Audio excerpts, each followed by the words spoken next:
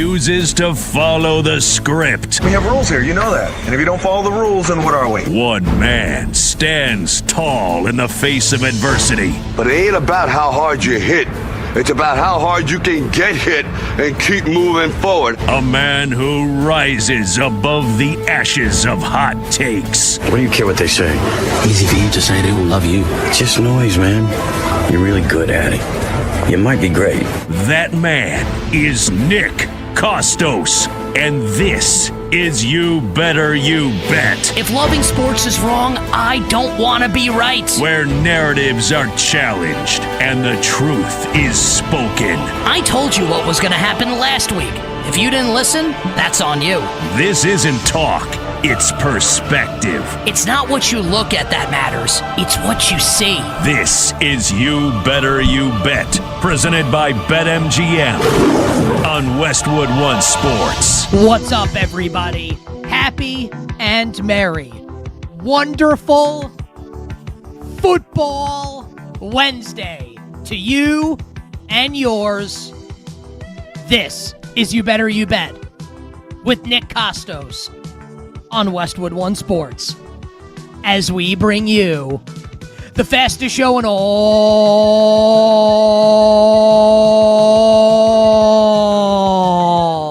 of sports. The show presented today and always by BetMGM. Make it legendary by downloading the BetMGM app and visiting BetMGM.com. And on this Wednesday morning, the world of sports is alive and well and kicking and thriving. And we are going to get to all the big stories, including why everybody, and I mean everybody, like 100% of people, 100% of sports fans, 100% of people that consume pop culture, all of you need to RELAX, as Aaron Rodgers famously said. You all need to relax as it concerns Tom Brady. And I'll tell you why coming up in a little bit. I will also share the team that LeBron James should sign with if it's true, and this season is about winning for the king. Hint, it's not the Miami Heat. We'll talk some LeBron next hour on the show, and I will also tell everybody, because I think people have got it wrong as it concerns the World Cup final this past Sunday with Spain and Argentina. What people should be saying about both those countries coming out of the World Cup final, that is coming up later this hour. Our bets for tonight will close the show in the final hour of the Power Hour. The phone number, 310-840-4910. We are on YouTube, youtube.com/@thekostos, and you can follow your boy, Nick Kostos, on all social media platforms at the Kostos, TheKostos. But you know, if you pay attention, if you're someone that consumes the show on the daily, you know that during football season, every day, it's a magnificent football Monday, a terrific football Tuesday, a wonderful football Wednesday, a tremendous football Thursday, and finally, in honor of our friend Wheezy F. Baby, a phenomenal football Friday. And once football season goes further and further away, drifting off in the rearview mirror, I, Nick Kostos, make the executive decision, the call, to make it now magnificent Sports Monday and moving forward through the week. So it goes noted, dear listener and dear viewer, that today, the calendar says July 22nd. The calendar says this is just any other Wednesday. No. Today, for sports fans, for we are legion as sports fans, if you're out there listening, if you're out there watching, and you love this bleep, if you love it, today is a national holiday. Because today, football returns. Today is a wonderful football Wednesday. Because on this Wednesday, July 22nd, year of our Lord 2026, we have two National Football League teams reporting in full at training camp. Today, the Carolina Panthers report to training camp. Today, the Arizona Cardinals report to training camp. 2 weeks from tomorrow is the first NFL game of the season. Now, it's a terrible game. I'll watch every second of it because I'm a junkie for this stuff, but it will be terrible. I'll watch it. We'll be excited for it. The Hall of Fame game. Cardinals and Panthers 2 weeks from tomorrow, with Larry Fitzgerald going into Canton as a Cardinal, obviously, and Luke Kuechly as a Carolina Panther. In 2 days, Friday, phenomenal football Friday. Guess who reports to training camp? The two teams that will meet in the NFL regular season opener on Wednesday night, September the 9th. The two teams that played in Super Bowl 60, the Seattle Seahawks and the New England Patriots. Then we've got the Rams and the Niners on Saturday, this Saturday, reporting to training camp because they play in the Melbourne, Australia game, which I hate as a divisional game with two Super Bowl favorites, right? The Rams and the Niners hate that it's played halfway around the world, but it's happening. They report on Saturday, and the rest of the NFL reports 6 days from today, next Tuesday. The National Football League is officially back. And not a moment too soon. The World Cup, football ending on Sunday, and American football returning to our lives. And look, you love sports. I know you do. You know I do. So all of us can say, and be honest, right, that the sports calendar, like the actual life calendar, right, is chock full of amazing events. We love March Madness. We love the NBA playoffs. We love the NFL draft. We love the Stanley Cup playoffs.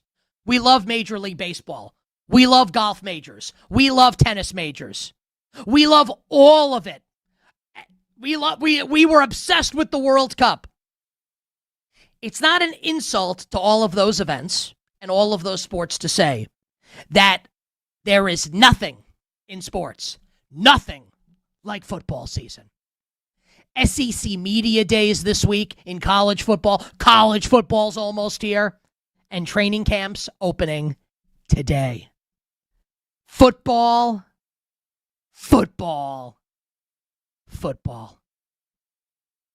Are you ready for it? Have you spent any time this summer thinking about it? You know I'm a sick puppy.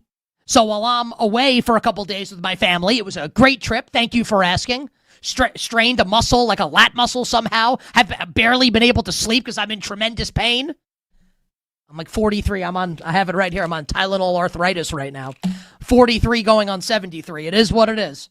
Listen, you know I'm a sick puppy. You know that. And you know that I have been spending time on my family vacation. You sneak away.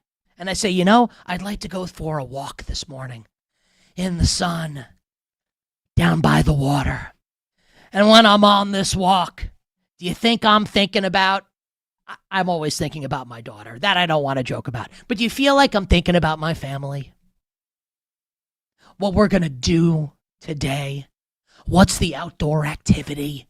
Are we going to barbecue? Where are we going for dinner? What type of music are we going to listen to as we lounge by the pool? No. I'm thinking, am I going to follow through on my promise and bet the Minnesota Vikings to win the NFC North? It feels like right now there are a lot of people in football media content that are going to be behind the Houston Texans this season. I don't want anybody to forget that I have been saying for months that the Houston Texans might just be my bet, might just be my pick to win the AFC. And I am fantasy booking. I am, dare I say, almost like sexually fantasizing about the Houston Texans against the Buffalo Bills on Championship Sunday. The Houston Texans against the Baltimore Ravens. The Ravens against the Bills. Patrick Mahomes and the Chiefs making an appearance. What about Joe Burrow and the Bengals? What about Drake May and the defending AFC champion New England Patriots? Will Championship Sunday in the National Football Conference be what I expect it to be? An early 1990s redo. Is it redux or redo? R-E-D-U-X. I don't know. With the San Francisco 49ers and the Dallas Cowboys. Or will it be the team that everybody expects to be there when it's all said and done? The Los Angeles Rams. Or perhaps everybody. We are like collectively, all of us, we are Rip Van Winkle. We are a bunch of sons of bitches that are constantly sleeping. We've been sleeping for a long ass time. We slept an entire season on the Seattle Seahawks. All of us slept on the Seahawks up until the end. They win the Super Bowl, and here we are. Training camp opens in a couple days, and we're still sleeping on the Seahawks. We're still obsessed with the Rams. I'm telling you, I like the Niners. I'm sleeping too. I'm Rip Van Winkle.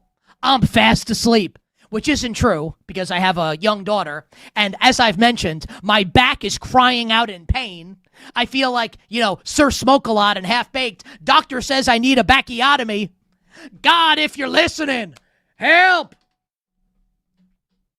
Is it just going to be the Seahawks in the end? These are the conversations that we, as sports fans, we, as football fans of the diehard variety, these are the conversations that we need to be having with ourselves in these moments as summer wanes away and we are under 50 days until the regular season opener with the Seattle Seahawks and the New England Patriots in the Pacific Northwest. It's time to start flexing those mental muscles and thinking about Coach of the Year and thinking about the AFC East and thinking about the NFC North, MVP, division winners, who's going to win the Super Bowl, all that good stuff. Are you excited? Are you ready? Are you ready for some football? A Wednesday training camp. Yeah, I am. And it's my job to make sure that you are. So let's talk about it. Now, to be fair, this is not exactly like the Green Bay Packers and the Cincinnati Bengals are opening training camp today. We're not quite at that level of, fever pitch excitement. But you know what? Some football is better than no football. So we are going to treat the two teams opening training camps today. We're going to treat them like Super Bowl favorites. Even if one of them is the favorite at our show sponsor BetMGM to have the least amount of regular season wins this year. That team, of course, Mike LaFleur, not to be confused with his brother Matt. You know, Matt's brother, Mike LaFleur, and the Arizona Cardinals. Now we'll get to Arizona in a little bit. I want to begin with the Carolina Panthers. The reigning, defending NFC South champion, Carolina Panthers. Now, in case you've forgotten, Carolina backed into the NFC South championship. This was not a dominant regular season effort that landed Carolina a home playoff game, which they pushed, to be fair, they pushed the LA Rams in that game to the brink. And if not for some late Matthew Stafford heroics, the Rams could have gotten bounced on the opening weekend by Bryce Young and the Carolina Panthers. This was not some dominant regular season effort by Carolina. Carolina lost the regular season finale to Baker Mayfield and the Tampa Bay Bucks, and only won the division because the Atlanta Falcons beat the New Orleans Saints on the final day of the regular season, earning, and I use that in air quotes, earning Carolina a division championship, despite a record under 500, 8-9, in a point differential, which can only be described as nice, negative 69. The good news for the Carolina Panthers, and the good news for fans of the Carolina Panthers, is that they and you can look around at the rest of this division and say, and have it be, at least before the season starts, have it be absolutely true. Worst division in football.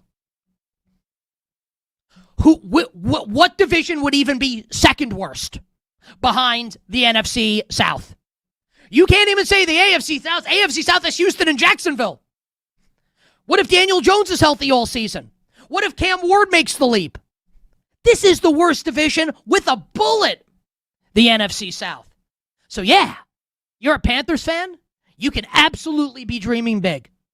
You can absolutely be dreaming of a second straight divisional championship, and you can absolutely be dreaming of a home game on Wild Card Weekend in the 4-5 matchup in all likelihood against whatever the second place team in the NFC West. I'm sure we'll be visiting the NFC South champion on Wild Card Weekend, and that second place team in the NFC West will almost certainly be a road favorite. But that is a conversation for January. The conversation to be had right now in July 22nd, Wednesday to be exact. I think if you're a Panthers fan, you can be optimistic. And I think you should be optimistic. Because right now, and I'm going to stop short of giving an official prediction because I have to admit, I'm a little taken right now. This is not going to be a fun sentence to say out loud. And I mean it.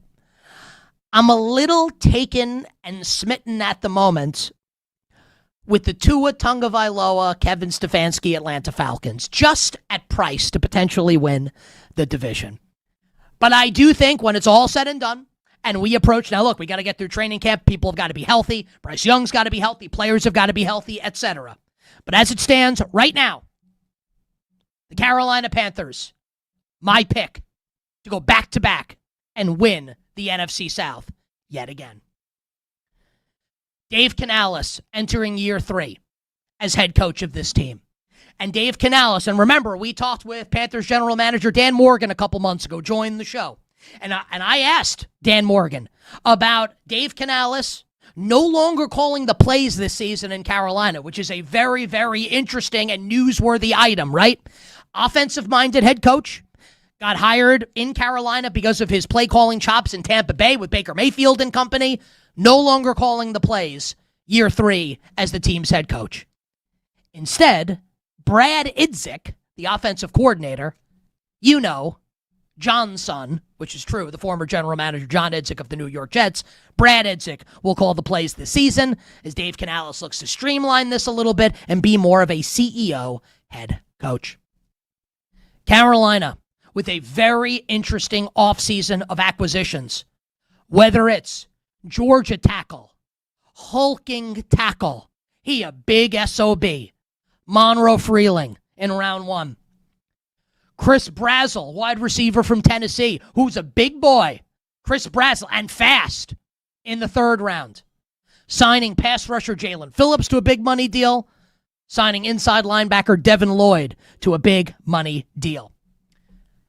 The Carolina Panthers should absolutely be better on the field in 2026 than they were in 2025 when they won a division championship.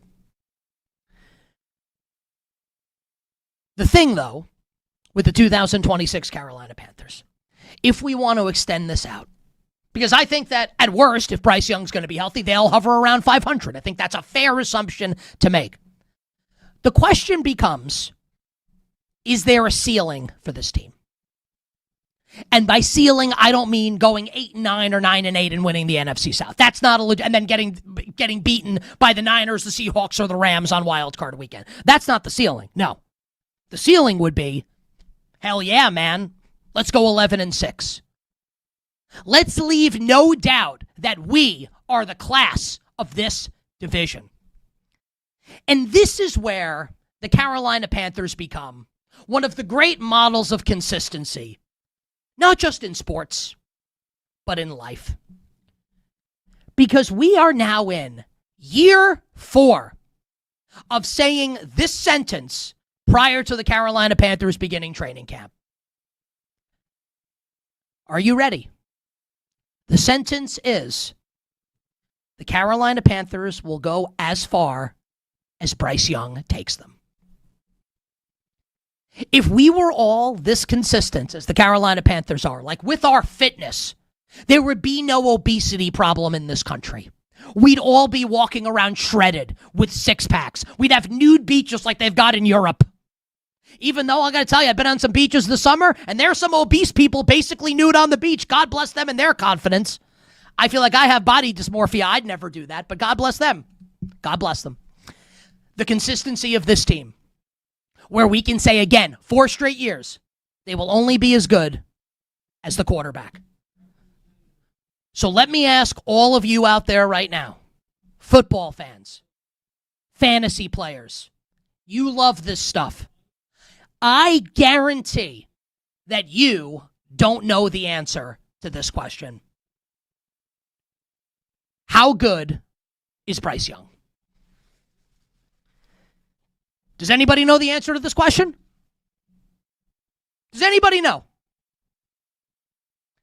Is it possible that Bryce Young takes a step forward this season? Is it possible? And he puts it together.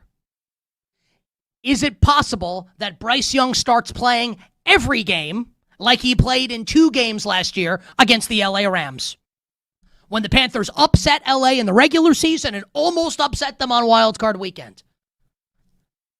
I do think it's possible that that outcome comes to fruition and that Bryce Young takes that next step and fulfills the potential that Carolina saw in him when it traded that king's ransom with the Chicago Bears to move up and select him with the number 1 pick in the NFL draft.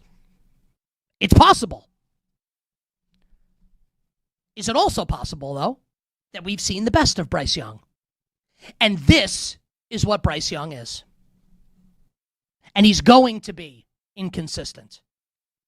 And the lack of arm talent and the lack of size will always hold him back.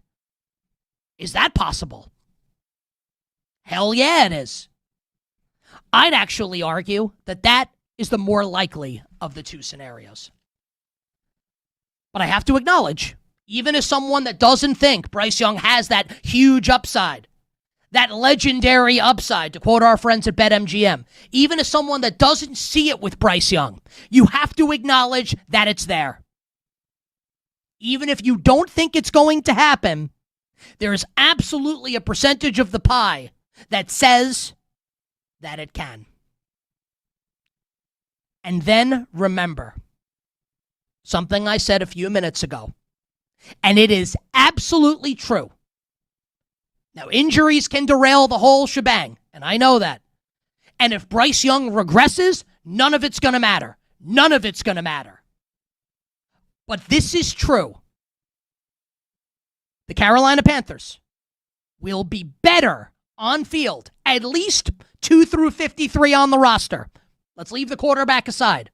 They are a better team this year, entering this season, than they were entering last season.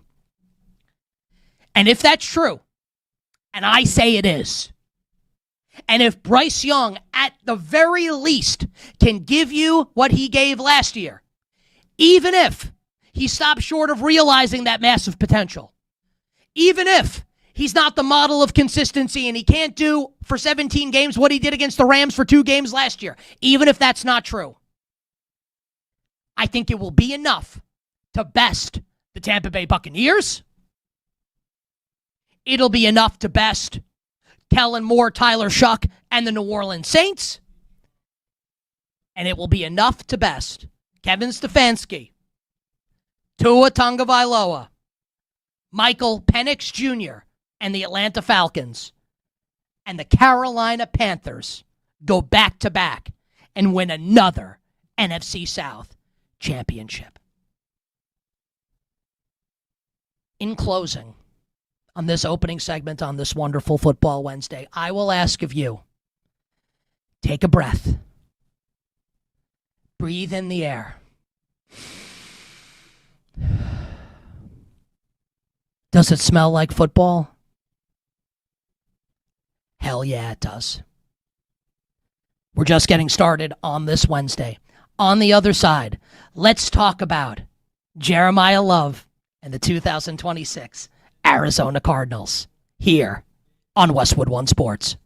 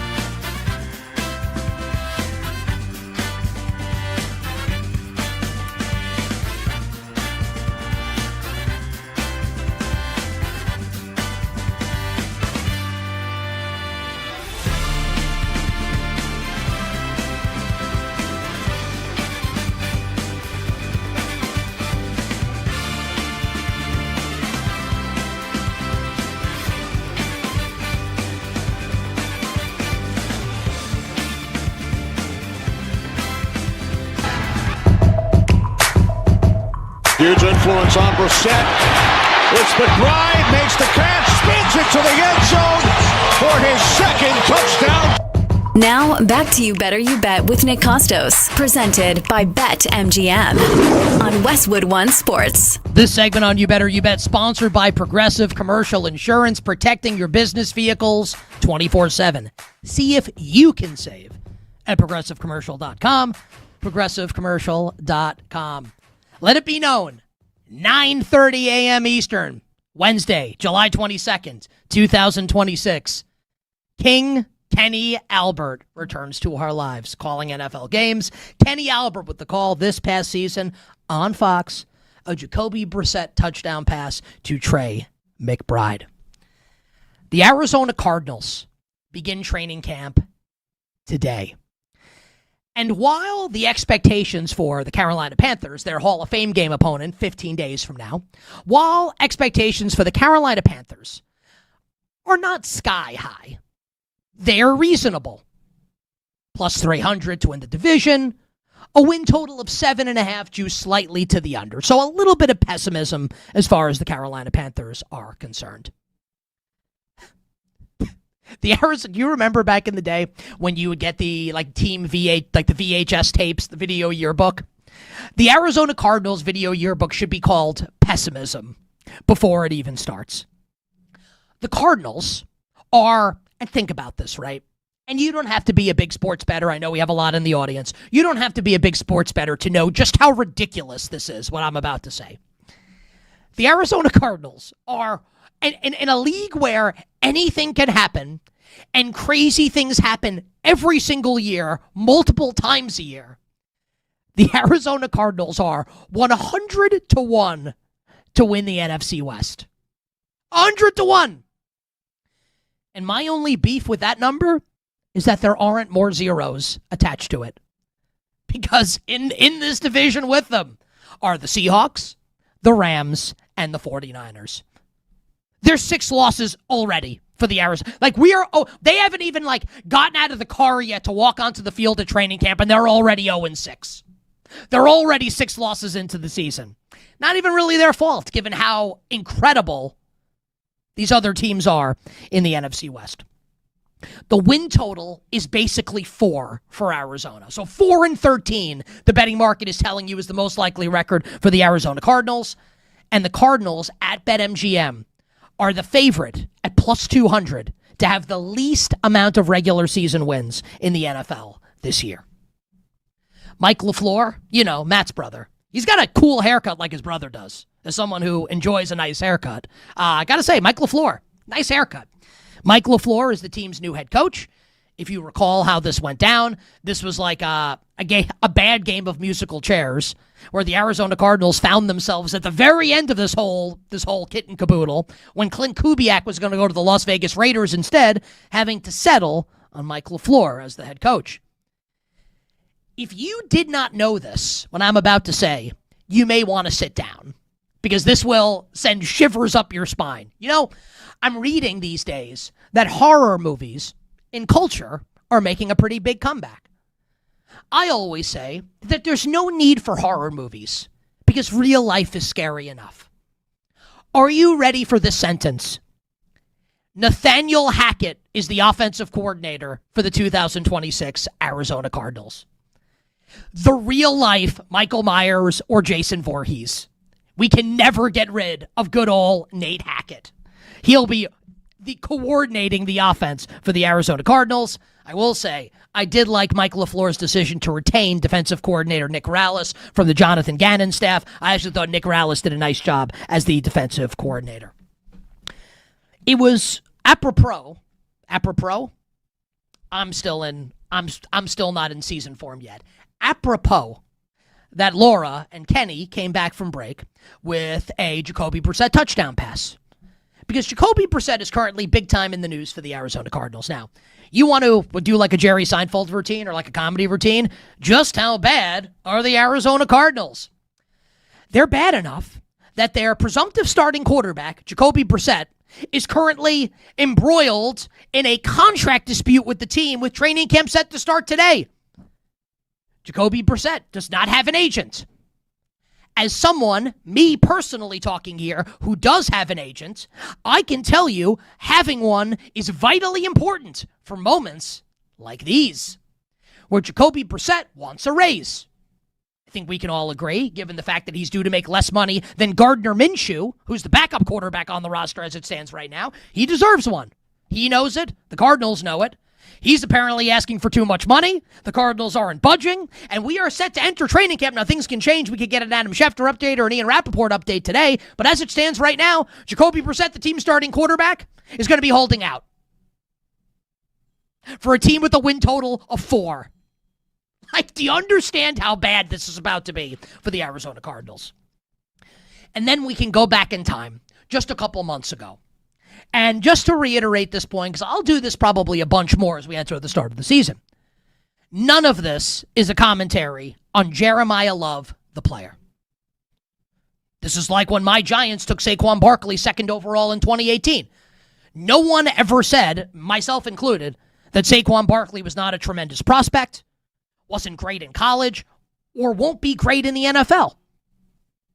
I think Jeremiah Love was great at Notre Dame. And he is a great prospect. And I think he's going to be awesome in the NFL. Also, if you're the Arizona Cardinals and you have holes all over this roster, you have no quarterback on the roster to speak of unless you want to talk yourself into Carson Beck, and what a story that is. You know, The Odyssey is like 2.5 hours long by Christopher Nolan, and Christopher Nolan wanted to direct a movie telling a story about Carson Beck being the future at the Arizona Cardinals quarterback position. That movie would be 5 hours long. That's a story.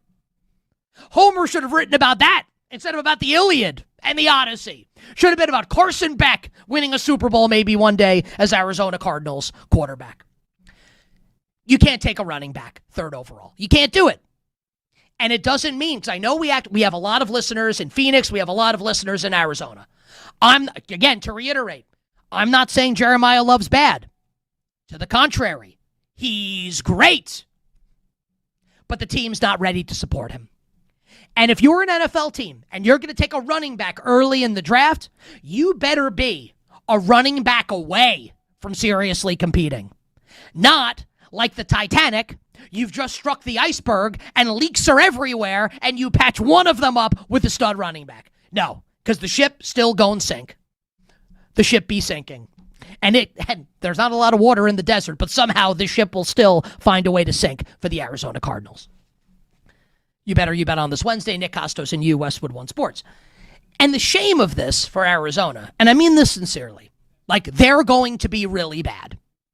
There's almost no way they can be good, given the division they play in. Now, you put them in the NFC South. Could they finish second in the third? Absolutely. In a worse division. In this division, no chance. Dun-dun-dun-dun. No chance in hell. There are actually, though, a bunch of interesting players on both sides of the ball here. There are. And I don't think it ain't happening this year, and I'm not going to make the case for it to happen this year.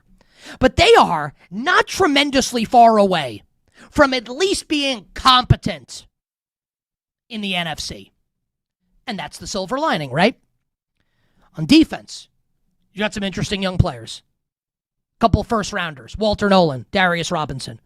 Josh Sweat's still there rushing the passer. Will Johnson was a revelation last year at the cornerback position as a rookie. And he's got the chance to be, and I mean this, he can be one of the best corners in the league as soon as this year. That's how good he was in limited action last year. We go to the offensive side of the ball. Look, this offensive line, no one's going to confuse it with the 1992 Dallas Cowboys, but I think it should be better with some of the additions they made. Isaac Seumalo comes over at guard to solidify the interior a little bit. It's not going to be great, but I definitely think it can be better. Michael Wilson showed you a lot last year as the wide receiver, too. Arguably better than Marvin Harrison last year. Can Marvin Harrison Jr. take the next step? We know Trey McBride is one of the 2 or 3 best tight ends in football. We know that already, right? And here's Jeremiah Love to go along with Tyler Algier, who's a really nice RB2, plus Trey Benson and James Conner still on the roster. Like, there are some interesting pieces here. There are. But I'm going to read you the Arizona Cardinals schedule leading up to the bye week. which is a late bye week, which seems bad for this team because what you'd really like is to be like 0-7 and then Carson Beck can come in after like the week 8 bye. Here's their schedule. Ready? Now, in your head, let me do my best Cranberries impersonation. Ready? What's in your head? Wins and losses. Let's play the game. Week 1 at the Chargers. Week 2, home Seattle. At San Francisco. At the Giants. Home Lions. At the Rams. Home Broncos. At the Cowboys. At the Seahawks. Home Rams. At the Chiefs.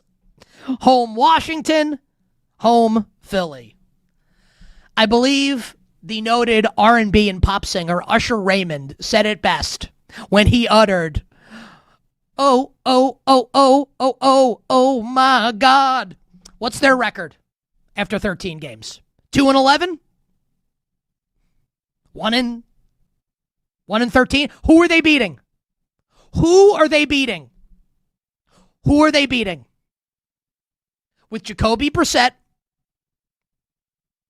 Gardner Minshew, or Carson Beck? Soy un parador. They are losers, baby. Shout out to Beck. This team's got no chance. But the silver lining in all of this, with a probably, not definitely, but probably out of his league head coach, horrific quarterback situation, and playing in the division of death. The silver lining here, if you're a Cardinals fan, is that you will almost certainly, next April, emerge with one of the top quarterback prospects in the draft. We could be 365 days away from Arizona Cardinals quarterback Dante Moore. From Arizona Cardinals quarterback Lenoris Sellers. Or dare I say, from Arizona Cardinals quarterback Arch Manning. That needs to be your hope if you're a Cardinals fan. Football's back. Cardinals and Panthers training camp today, and not a moment too soon. But on the other side, as we celebrate the return of football, we will be sad that football has left us, at least in an international sense. We will put a bow on a fantastic, superb, outstanding World Cup to wrap up our number 1 right after this, presented by BetMGM.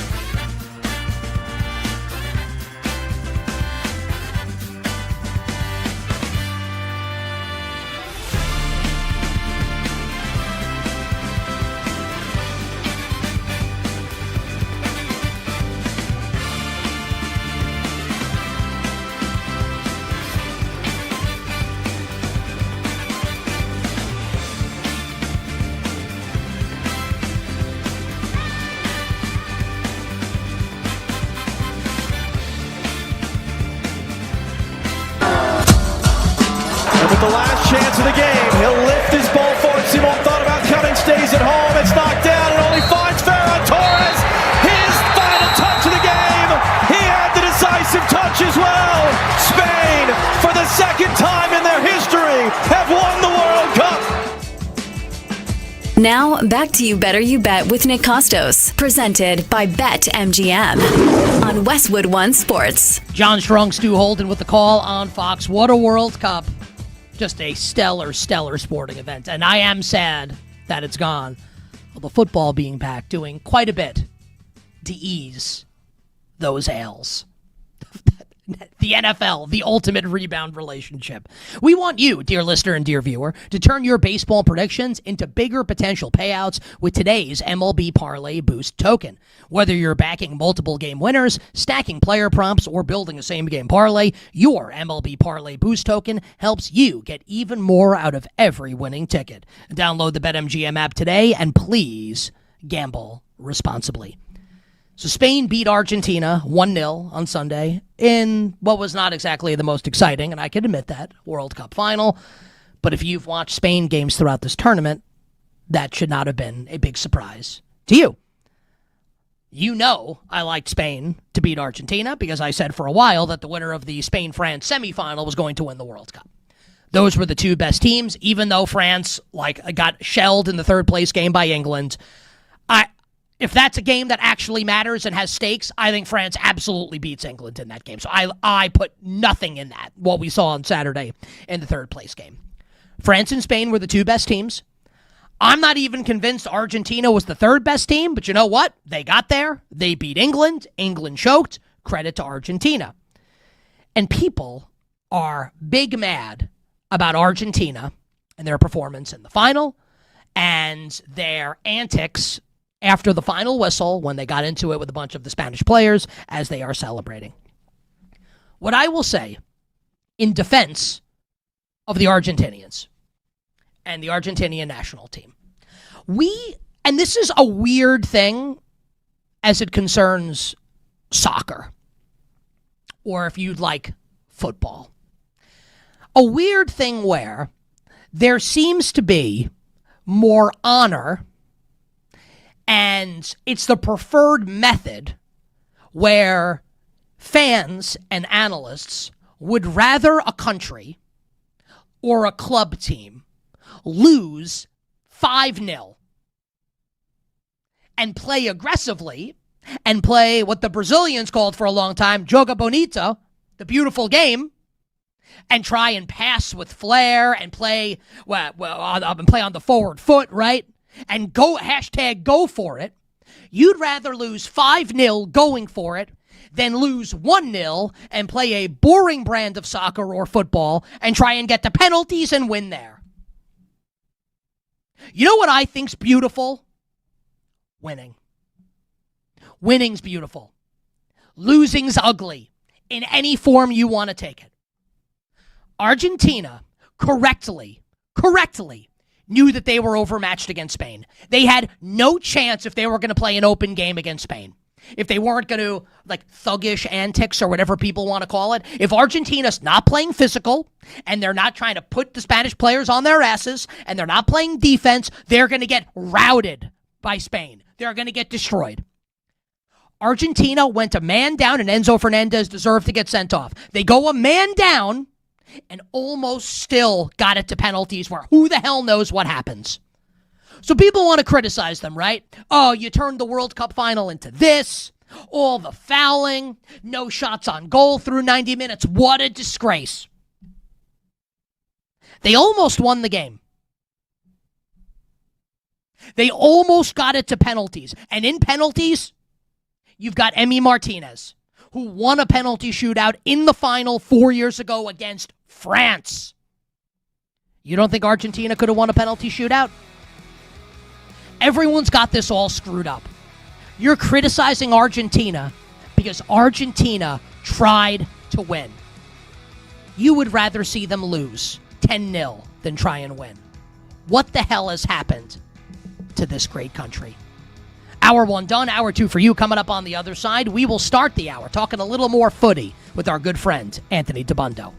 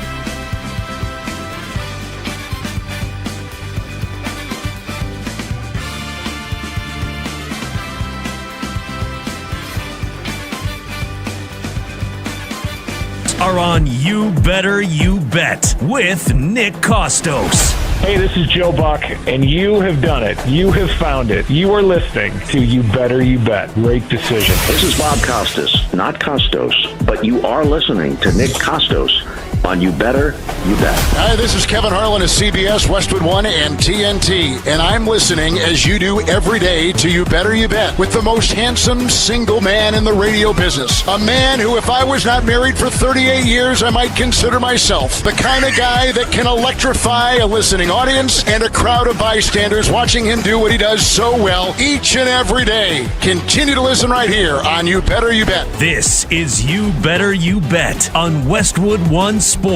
Brought to you by BetMGM.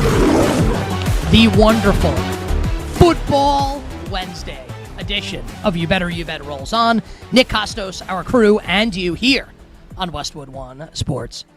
First hour of the show today, a celebration of football returning. Because today, Wednesday, July 22nd, 2026, the Arizona Cardinals and the Carolina Panthers reporting to training camp. 15 days away we are, as I talk like Yoda to open this hour, from the Hall of Fame game, Cardinals and Panthers. Oh, baby. Seahawks and Patriots reporting on Friday, Rams and Niners on Saturday, and the rest of the league 6 days from today, Tuesday, July 28th. What a time to be alive. Told you why I expect the Carolina Panthers to go back-to-back and win another NFC South championship. And while, yes, the Arizona Cardinals are going to be bad this year, there is no way they can be good with the division being what it is. The silver lining, though, and I know we have a lot of people in Arizona that listen to the show, your silver lining is I think it is likely that 365 days from now, we are talking about Arizona Cardinals quarterback Dante Moore. Perhaps Arizona Cardinals quarterback C.J. Carr. Or maybe, just maybe, if the family lets it happen, Arizona Cardinals quarterback Arch Manning. And then I defended Argentina and their antics on Sunday in the World Cup final because if they had played any differently, they would have lost 6-0. But you know what? In this country, I don't know, we've seemed to have adopted this mentality that they have in Europe and around the world with soccer, right? Where somehow it's better to lose with grace than it is to try and win ugly. You know what's beautiful? Winning. That's the beautiful game. Winning. And Argentina almost got that son of a bitch to penalties, despite being totally outmanned against Spain. And I think they deserve credit for that. Jim Bowden, former Major League Baseball general manager, will join us in about 20 minutes to talk the upcoming trade deadline in Major League Baseball. Always love talking with our pal, Jim Bowden. Ryan Glassbeagle from Front Office Sports on ESPN's Layoffs. He will join us next hour on the show. But joining us right now, we had to have him on one more time because he's going on vacation shortly. And out of all the vacations, see, like I take vacation a lot. Some of my vacations are not well earned, and I can acknowledge that. I just take them because I can. Anthony DeBundo will go on vacation next week, and he has fully earned this time away after basically not leaving his desk except to go to World Cup games for the past 5 weeks, let's call it. Our pal from The Ringer joins us on the show. What a 5 weeks, my friend, it was for you. Thanks for joining us. How's it going? It's going great. I really don't know what to do with myself. The last couple of days have been two of the longest days of the year. I have been sitting around. I've been looking off into the distance. And, trying to get my sleep schedule fixed, running some errands. My car got stolen last week. I don't know if you saw on Twitter, but I've been trying to get that sorted out. Yes. I actually did not see. John Yastrzemski had to tell me that. I was texting with JJ. I was like, did you, because you sent me a picture of you and him watching like one of the games. And I was like, how was it with DeBundo? He's like, oh, his car got stolen. It's like, oh, well, that sucks. Well, that's it was the terrible. same day I'm sorry Spain that beat happened. France. I was riding the roller coaster, man. Spain beats France, and then your car gets stolen. You can never be too up. My suggestion, just go sit outside. Just sit outside. Enjoy the sun. Yeah, it's the best. It's been a nice week. The best. How do you put the 2026 World Cup into perspective now that it's over? Yeah, I think it was proof that bigger can be better. I think across a lot of sports right now, we're all dealing with the playoff expansion in college football and the March Madness expansion, and the NFL playoffs are bigger than they've ever been, and the season's getting longer, and the NBA is expanding with the play-in. Everything is chasing. And I think generally speaking, the reviews to that have been pretty mixed. Like people are like, do we really need this? Why are we watching this? These two mediocre teams go at it, or why are we letting an 8 and 9 team in the playoffs? But I think with the World Cup, it was an unmitigated success. I think it is impossible to argue against it. I think that it clearly allowed for upsets, but also allowed for just more enjoyable teams, enjoyable stories to form. And in the end, we still got kind of what we all would have wanted, which was, the 4 best teams in the world playing each other for the World Cup semifinals and finals. And we ended up getting maybe not the most exciting final, but certainly a narratively compelling one in Spain and Argentina. Where does Spain rank for you amongst all-time World Cup champions? And even if you want to talk about the last 30 years, that's what I would base it on. I've been watching since 94. Where would you rank 2026 Spain among some of the greats in the history of this game? Yeah, I would not put them even as good as 2010 Spain. I think 2010 Spain is probably still, for my money, the best team in the modern game of champions. I just think they were the best defense ever, though. And I don't even think that's debatable.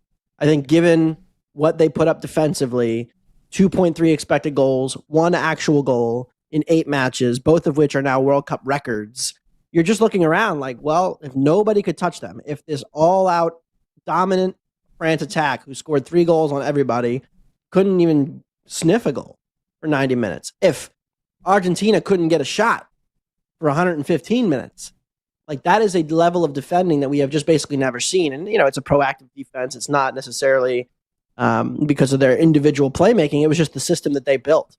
And that's so hard to do at the international level with the limited amount of time you get. So I think that, to me, is what stands out. But I would still put them behind the other Spain team, for example, that won in 2010. I want to extend this out a little bit here, and this is probably going to be the last time we talk about this for a couple of years, honestly. So Spain, in 2008, won the European Championship, won the World Cup in 2010, and then were utterly dominant in 2012, winning the Euro. I remember watching that game against Italy, beat them 4-0 in the final in 2012. So they've now won Euro 24, World Cup 26, and I know you know this, and the audience knows because we watch the games, their best player, even if we want to call him that, Lamine Yamal, right? Barely did anything in this tournament. I think it stands to reason. How are, of course, things can happen, things can change, there can be injuries. How are they not going to do what that Spain team did then and win the European Championship? Because I think if you're going to project this out, they're going to be better, right? In 2 years than they were this year. Probably better in attack, almost certainly not better defensively. It is almost impossible to be as good as they were. There's natural regression that comes in that. Teams will have time, going into 2028. The Euros are being held in the British Isles. So it's Ireland, Northern Ireland, Scotland, Wales, England are hosting the Euros. France will still have awesome. their... Yeah, it is going to be great. Yeah, it's great. France will still have their attack all in their primes. They'll have a new manager with new ideas, Zidane, it looks like, to take over and try to fix, what has kind of plagued them in the second half of the Deschamps era. England will be right there, honestly. I know that they collapsed late, but England, talent-wise, can be right there. And then it's just like if Rodri were to age a little in the next couple of years, he'll be well past 30 for the Euros in a couple of years. Does the system withstand losing a linchpin as important as he is to the defensive midfield? There isn't necessarily a Rodri replacement. It's like Martin Zubamendi is kind of like a Walmart Rodri, but he's much older already. Not much older than Rodri, but older for his peak. Fabian Ruiz, not really a defensive midfielder. Pedri, not that. So you could look at that midfield and say, okay, maybe it's not quite as good in a couple of years. And that's where this thing starts to fall. But if De La Fuente, he could do that job for a decade. And why would he leave? He's got a great gig. So I think Spain goes in clearly as the favorite in 2028, but France and England will feel like they're going to be right there again in 2 years. What do you make of Leo Messi, at least in the eyes of a lot of American sports fans, people I've spoken to? Leo Messi's heel turn, along with Argentina's heel turn in this final with their antics, which people are calling thuggish, right? I think the whole thing's ridiculous. And look, obviously, you don't want to be sore losers after the game. So it's also a pretty emotional game. I'm willing to give them a pass for it. What about Argentina and Argentines' performance on Sunday in the final? Yeah, they got brutally dominated. I think there's a lot of discussion of people saying they played for penalties, they played to defend, they played. I don't think that was the case pre-red card. I think after the red card, yes, like they packed it in and they were not trying to attack and they tried to hold on for penalties. But pre-red card, I felt like they were giving it their all. I just don't think they had an opportunity to do anything with it because they were so thoroughly dominated. They had no way to keep the ball, no way to settle possession, no way to advance the ball. I mean, they kept having to go long because they couldn't build through midfield, and then they're going long to Julian Alvarez and Messi. And that's just never going to work as in a direct attack. And so Spain would just win the header, recycle the ball, keep the ball. And I really don't think this was necessarily an Argentine strategy to get beaten this badly. I just think they did get beaten that badly. With regards to the dark arts, there is an art to the dark arts, and they're very good at towing that line. And I have no problem with teams who toe the line, who gamesmanship, who exaggerate contact. I think it's part of the game. It is what it is. It's always going to be there. Teams that, maybe do commit more yellow card challenges and dare the ref to call it. That's fine. However, like, the Paredes is over the line, like way over the line after the game. And Enzo Fernandez in general is generally way over the line. So like there are certain players that definitely give the team a bad name more than the rest of the team. And I think that there are certain individuals that I will blame for going over the line and not necessarily the entire nation or the entire team as a whole. I think that last point is a really fair one. You bet on this Wednesday, Westwood One Sports. Nick Kostos joined by Anthony DeBundo from The Ringer. At Anthony DeBundo, do we want to start a Venmo to get you new wheels, or we can maybe leave that? There's a lot of our GoFundMe. A lot wonderful insurance company. Yeah, they right. I think they're taking care of me. If they're not, though, yeah, you'll be. Now that we are a number of weeks removed from Team USA's crash out against Belgium. And all the talk about Team USA being a disaster and a failure from a lot of people. You know my opinion. I don't think that's the case. But now with a couple weeks to kind of stew on it and think on it, we don't know who the manager is going to be moving forward. If Pochettino is going to stick around. Where are you at right now on Team USA following the World Cup and moving forward? They lost in the same round they usually do when they make the World Cup. Fact. They had the most talented team they've ever had. Fact. They have more players playing in the top leagues in Europe than they've ever had. Fact. And this team played better at a World Cup than any U.S. team has ever played at the World Cup, game to game. Fact. All those things can be true at the same time. We can both be disappointed in the performance against Belgium and how, honestly, they capitulated. I mean, it was not that Belgium, again, like smashed them with their beautiful individual play or their incredible, clear skill advantage. They just kind of let us self-destruct, and we're there to pick up the pieces. So I think that is disappointing. But again, like the 3-goal win against Paraguay, the 2-goal win against Australia, dominating Bosnia. These are things that have never happened at the same World Cup in the history of America. And you can talk about 2014 losing to Belgium in the round of 16 and 2026 losing to Belgium in the round of 16 and saying, well, nothing's changed.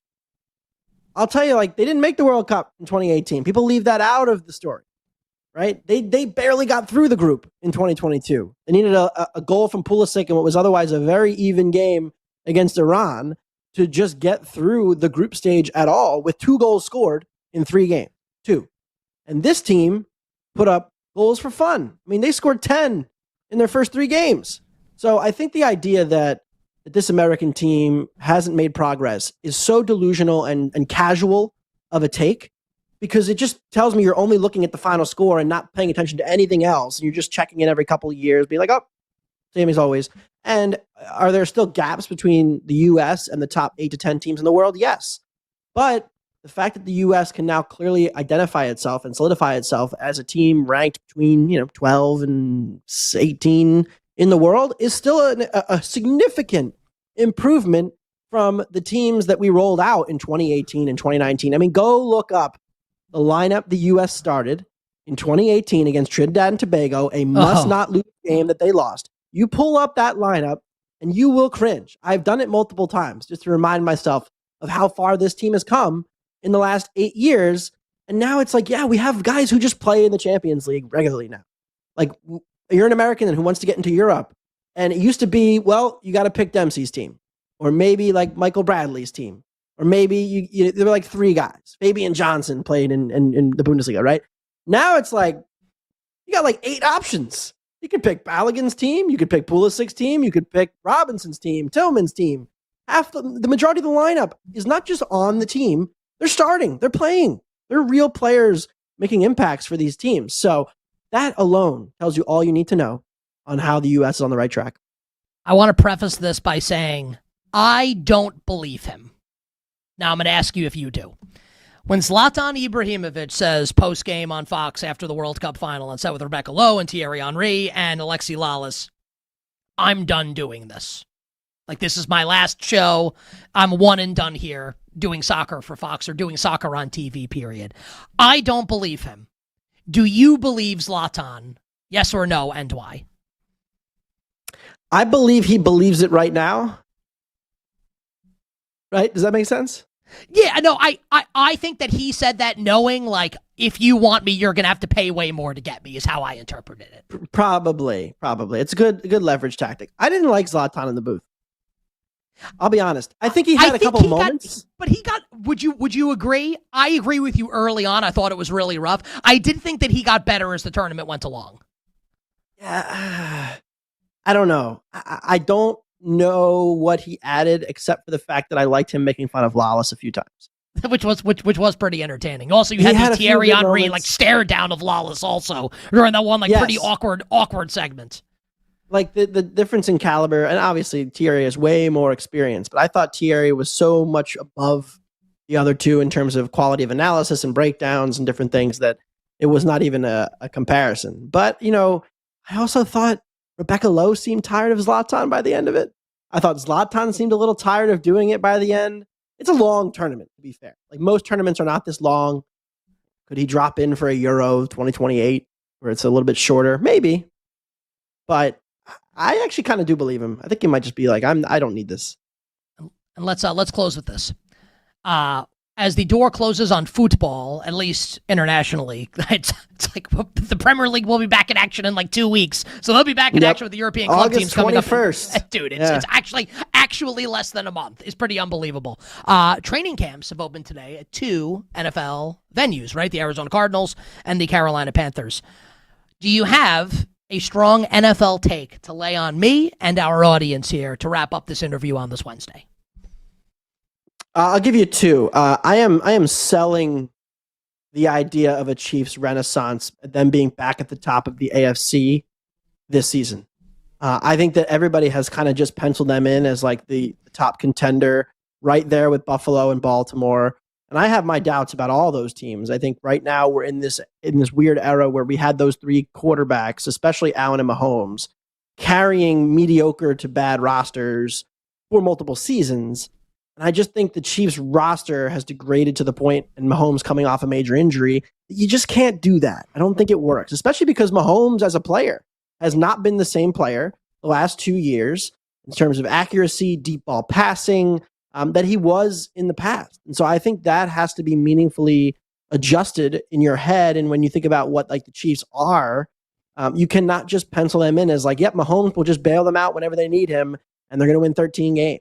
I think they're going to be good. I don't think they're immediately jumping back into that top like Super Bowl favorite tier that we've all just kind of placed them in because of Mahomes for the last couple of seasons, and rightfully so. All right, so that's the first one. You said you had two.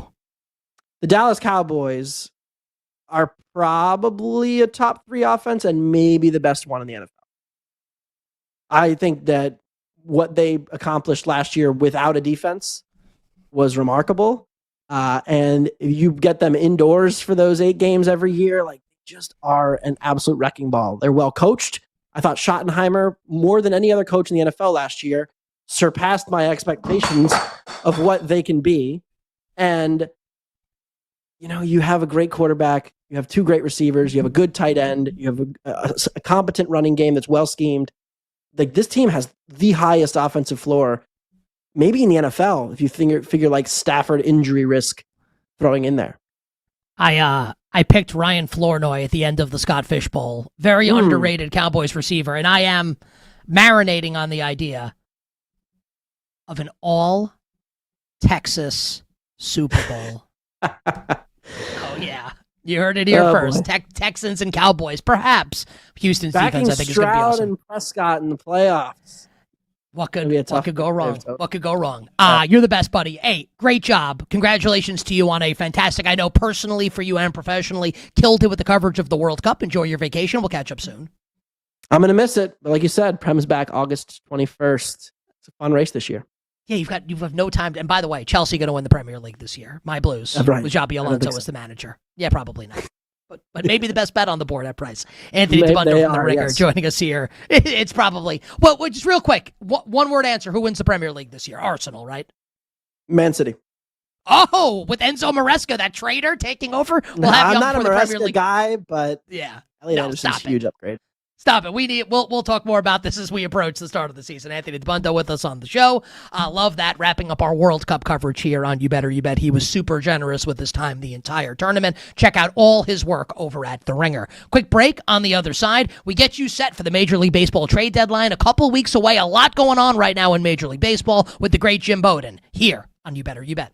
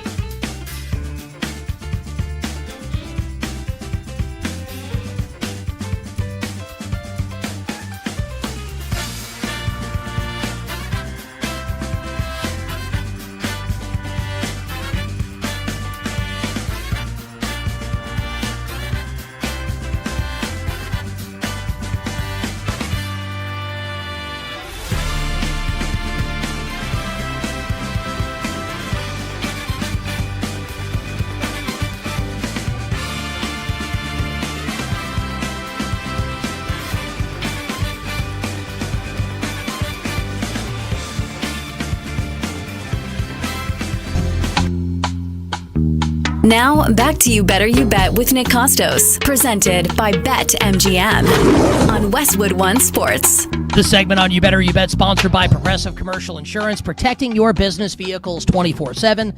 See if you can save at progressivecommercial.com, progressivecommercial.com. The Major League Baseball trade deadline less than 2 weeks away. And no one better or more equipped to help us break it down than my good friend, the great Jim Bowden. And Jim, I just checked my watch, and it is, in fact, baseball time from The Athletic, MLB Network Radio, CBS Sports HQ. He's absolutely the best. My friend, welcome back to the show. How you doing? Nick, great to be back on your show. Good. You know, I love this time of year. It's a holiday for me. I love trade deadlines. I love all the drama that comes. And this year is not going to let us down. We're going to have a lot of mama drama. It's all going to come near the end because, unfortunately, we have a lot of GMs that are waffling if they should buy or sell. But at the end of the day, they'll do the right thing. And I think we're going to have a really fun, firework-filled trade deadline in a couple of weeks. It certainly feels that way, right? With some of the huge names potentially on the market here. So to Jim's point, like we may not see some of these deals consummated for another week and a half, like leading right up until the trade deadline on Monday, August 3rd. So for our listeners and viewers, let's use this as kind of a map, right, for where we think we may end up when the trade deadline comes and goes. And Jim, obviously we need to start with Detroit Tigers star pitcher Tarik Skubal, back-to-back Cy Young Award winner. What do you think is going to happen with Tarik Skubal as we stand right now, and if the Tigers will buy or sell at the deadline? Yeah, I think they're probably going to end up having to sell. I mean, they're not playing well. They're 6.5 games back in the division. They're 5 in the wild card. And, you know, you have to ask yourself, you know, if you're Scott Harris sitting in that front office, you got to ask yourself, do you really believe this team can win a World Series? Because when you have an asset like Skubal, to let him walk in free agency and not get any compensation is really a franchise killer. And look, they've got a good nucleus of young players like Kevin McGonigal and Riley Green. They got a bunch of young guys coming like Max Clark and Briseño, Rainier. I mean, they got so many guys coming that to not take advantage of Skubal's asset to trade, to me, is foolish. Now, it could go either way. You know, I was talking to Alex Anthopoulos, the president of the Braves, on Sunday, and Alex was saying, you know, it is amazing how emotional everybody gets this time of year, including the front office executives, and how literally how a team plays leading into the deadline will determine what they do. And so to use it with the Tigers, look, if Detroit were to all of a sudden win 7 in a row here, they'll keep Skubal, and they'll make a run for it. If they continue to play the way they have been, though, I think the only thing you can do is trade. But the pressure that organization has had on Skubal, you know, A.J. Hinch said it the best a couple of days ago. He said, we've been playing Game 7 since May. And that's what it's felt like, because we feel like every day we play, we're playing to keep Skubal. and so, you know, that's not healthy for a team. And let's be realistic. There's 7 games under 500. I mean, if this was a normal year and there wasn't so much parity in the American League, Detroit would be long gone by now. We wouldn't even be having this discussion. But, you know, you watch Framber Valdez, couldn't even give him any length again yesterday. I just don't see it. And if you're Detroit, you really want to lose your 2 best starters, Casey Mize and Skubal, to free agency and not get anything back for them? I just don't think that's smart business. So let's play this out, Jim, and let's assume that the Tigers don't catch fire like the Red Sox have, for instance, and they do end up trading Tarik Skubal. What is your best guess? And like keyword here is guess. So not asking you for a firm prediction, pencil, not pen. What is your best guess as to what happens with Skubal, where he goes, etc.? Well, I mean, it depends if you can listen and believe what people say, right? So when you talk to the Dodgers say they're not going to be in on Skubal. They like their team the way it is. And this is coming from Andrew Friedman, Brandon Gomes, and Dave Roberts. But the hard part is if they actually do trade him, you know, the Dodgers farm system is so loaded. I mean, they've got 5 outfield prospects that all profiled all-star players. Their starting pitching is 12 deep. I mean, they can yawn and put 3 guys in a package that have a chance to be star players that'll never play for the Dodgers. That's how loaded they are. So I have a hard time believing when you get to August 3rd, if Skubal is actually traded, why the Dodgers wouldn't give up, you know, either Zaire Hope or DePaula or Sirota. I mean, you know, throw in Emmett Sheehan. I mean, it would just be an easy path. So I'm not going to count them out. You know what I'm rooting for? I'm rooting for what most of the fans are rooting for. I'm rooting for Milwaukee or Tampa Bay to get Skubal. That's what I'm rooting for, because that would be really good for baseball. Can you imagine Milwaukee with Mizorowski and Skubal pitching games 1 and 2 in the LCS against the Dodgers? I mean, the Brewers can beat the Dodgers if they have that at the top of their rotation. And for Tampa Bay, when you look at the American League without a dominant team, put Skubal on Tampa Bay, and what does that do to the pennant race? And what does that do in October in a short series? So I'm kind of rooting for that. I also think Atlanta matches up really well with Detroit because they can trade, say Cam Caminiti and Didier Fuentes. Like, they can give up 2 really good, young, controllable pitchers to get Skubal. So the Braves match up really well there.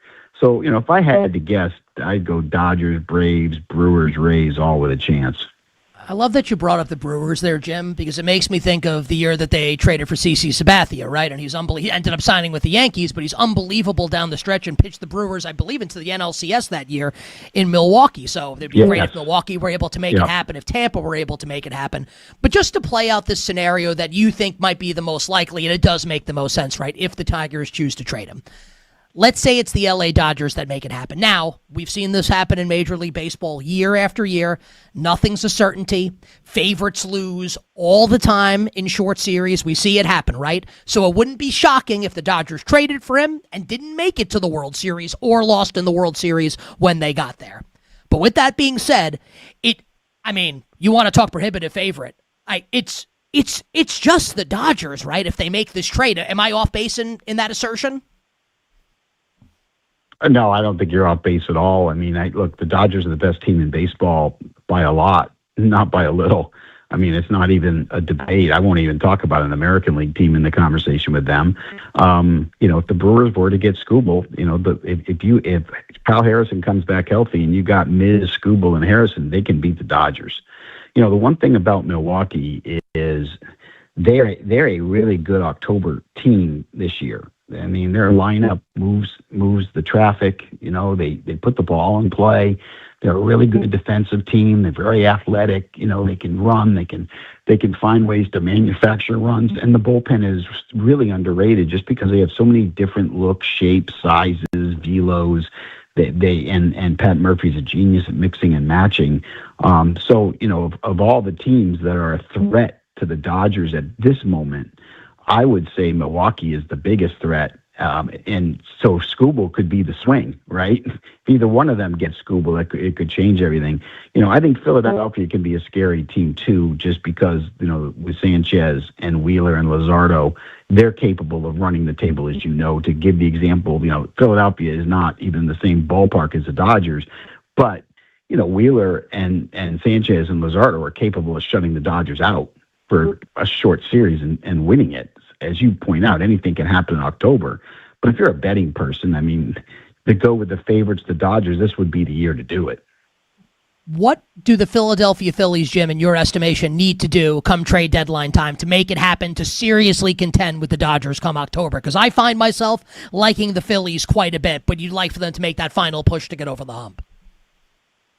Yeah, I want more bullpen, and I want another outfielder. I want one more bat. Preferably a right-hand hitter. So a right-hand hitter, preferably a right fielder. I don't know if that exists, and more bullpen help. That's what I would like to see. So, call the Giants and see what you can do for Casey Schmidt and Eric Miller as an example, right? Casey Schmidt's got 19 home runs, 27-year-old in his prime, can play all over the diamond. And then you've got Eric Miller, who last 8 appearances hasn't given up a run, doesn't walk anybody, and punches everybody out. So a deal like that would make sense to me for them. But that's where I would focus on. I'd also like one more starter at the back end, but I think you can win without it. But yeah, I'd like another starter too, and be greedy. You Better You Bet on this Wednesday. Nick Kostos and you here on Westwood One Sports, presented by BetMGM. Our guest, the great Jim Bowden, MLB Network Radio, The Athletic, CBS Sports HQ, former Executive of the Year, on Twitter at Jim Bowden GM. Jim, what's your expectation as to what will happen with one of the most dominant ninth-inning arms in recent memory in San Diego's Mason Miller? Yeah, that's one of the big dramas we're all kind of watching, right? Because the Padres are only 2 games out in the wild card, and A.J. Preller's not the kind of executive that likes to throw the towel in. But I think he's also one that's very smart in looking at where he is today and where he's looking tomorrow. Tomorrow doesn't look very very good for San Diego. Xander Bogaerts is not going to age well. That contract's going to be an albatross. The only way you can move Bogaerts, perhaps, is make somebody take him with Mason Miller. Mason Miller's a game changer, and the farm system is pretty thin for San Diego these days because they used all their weapons to trade for Juan Soto and other players over the years. And so, for this year, probably should go for it, add another starter. But if you really want to do what's best for the franchise over the next 3 to 4 years, listening to offers for Miller makes sense. And I know you're a Yankees fan, Nick. If I'm AJ, I'm calling Brian Cashman, and I want to see if I can get a package of George Lombard Jr., Jason Dominguez, LaGrenier, and one more. Can I get those 4 for Miller? Because if I can, I'm calling a press conference and making the friggin' deal. And if I'm the Yankees, looking at this team right now, if I could have Miller and Bednar in the back end for the last 8 outs of these playoff games, sign me up. I got Schlittler and Fried, and if Cole comes around and I got Miller and Bednar in the back end, sign me up. Oh man, you just made me really excited. Now, as you said, Jim, I am a Yankees fan, and I'm certainly excited about what my team can do come trade deadline on August 3rd. I am also a little concerned at the moment about the Boston Red Sox, who have won about 1 million games in a row and hold the final wild card spot right now in the American League. Kind of seem to be like the AL's version of the Phillies. You're firing Alex Cora. They've gone on this tremendous run. No one saw it coming. They stay hot coming out of the All-Star break as well. What about the Boston Red Sox as we move into the trade deadline? Well, they need a bat. You can't touch the team right now till you lose a game. Like, you win 14 in a row, you can't take anyone out of that clubhouse. You just got to ride this as long as you possibly can. It won't last forever. It has been incredible. The Red Sox aren't going away because they can pitch, right? I mean, when you have pitching staffs like the Yankees and the Mariners and the Red Sox, you should be there. There's no excuse to not be there come October. So I do think them being a playoff team is their destination. I still think they're the third place team in the division. I still think the Yankees are going to win the division. The Rays are going to finish second and Boston third, and all three are going to play in October. I think they need a bat, and I think that bat needs to be in the infield, and it can be at second, short, or third, because Durbin can play second or third. You can move, whoever's at shortstop to another position as well. So whether that's Zach Neto of the Angels, whether that's Luis Ariz of the San Francisco Giants, it's one more bat. Or, by the way, it can be a catcher. It can be Hunter Goodman of the Colorado Rockies. So those are the 3 names that, if I'm Craig Breslow, that's my target, okay? I'm going to rank them Goodman 1, Neto 2, and Ariz 3 in that order. But I need one more bat. I gotta go get one. Gotta go. Goodman, 31 homers for the Colorado. He's had an unbelievable season for the Colorado Rockies. Jim, my final baseball question for you, and then I would love to pick your brain on a couple other topics as well. Give us something as we approach the trade deadline that you think will surprise baseball fans, people around the country here. Maybe something a little off the beaten path that you expect could happen. Yeah, I think there could be like a big name dealt that none of us are even thinking about. And it could be a contender to a contender type of situation, right? It could be the Mariners trading one of their starting pitchers not named Luis Castillo, like one of their prized possessions that we're not expecting to have happen, but they get the big bat for it. Or all of a sudden the Nationals get overwhelmed with C.J. Abrams or James Wood, who they have struggled trying to sign long-term, and their trade value will never be higher. It could be something really big and shocking like that. So that's kind of where I would go. Some young, controllable player that you don't think is going to get moved, that's an all-star player in his prime, but isn't signed long-term. It could be Ellie De La Cruz of Cincinnati. It's just going to be somebody like that we're not expecting. I could have said Hunter Green of the Reds, but I think all of us now believe that the Reds are trying to move him and could move him. So I tried to kind of go out of the box. So a James Wood or an Abrams or Ellie De La Cruz, something like that. I think August 3rd, you wake up and boom, one of these young superstars has just been traded and everyone gasps. like we did when Luka Doncic, Jim, got dealt to your Los Angeles Lakers. And Yeah. for people that don't know, Yeah. Jim, an absolute diehard monster LA Lakers fan. Now, I have no issue with LeBron walking. I actually think that's probably great for the future health of the Lakers franchise to keep Luka in long-term, right, when he's extension eligible. Just my opinion, right? I can be wrong. I don't look at this core of Doncic and Austin Reeves and Walker Kessler. I don't see them as being championship worthy for the next couple years here. Where are you at right now on your Lakers following the moves? Because this is basically the team now. Not a lot of wiggle room to get out of this for Rob Pelinka and company. Where are you on the Lakers? Yeah, I mean, look, they're not in the conversation with San Antonio or Oklahoma City, but they are a playoff team. They're a team that is going to be a top 5 offensive team in the NBA. They're going to score. They're not going to be able to defend enough. They're going to be an exciting team to watch, but you're not going to be popping champagne with this team. You know, I think one of the things that I'm kind of sad about is I'm kind of sad that LeBron James' decision that he'll take the veteran minimum for anyone, but not for the Lakers.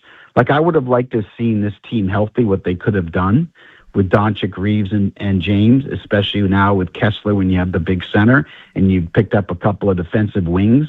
I would have liked to see LeBron right now sign with the Lakers and try to give them one more shot to do it. I think LeBron's going to end up signing with the Miami Heat or the Cleveland Cavaliers, so it's a moot point at this point, but I think that's kind of disappointing. But to answer your question for the Lakers, look, they're going to be a playoff team.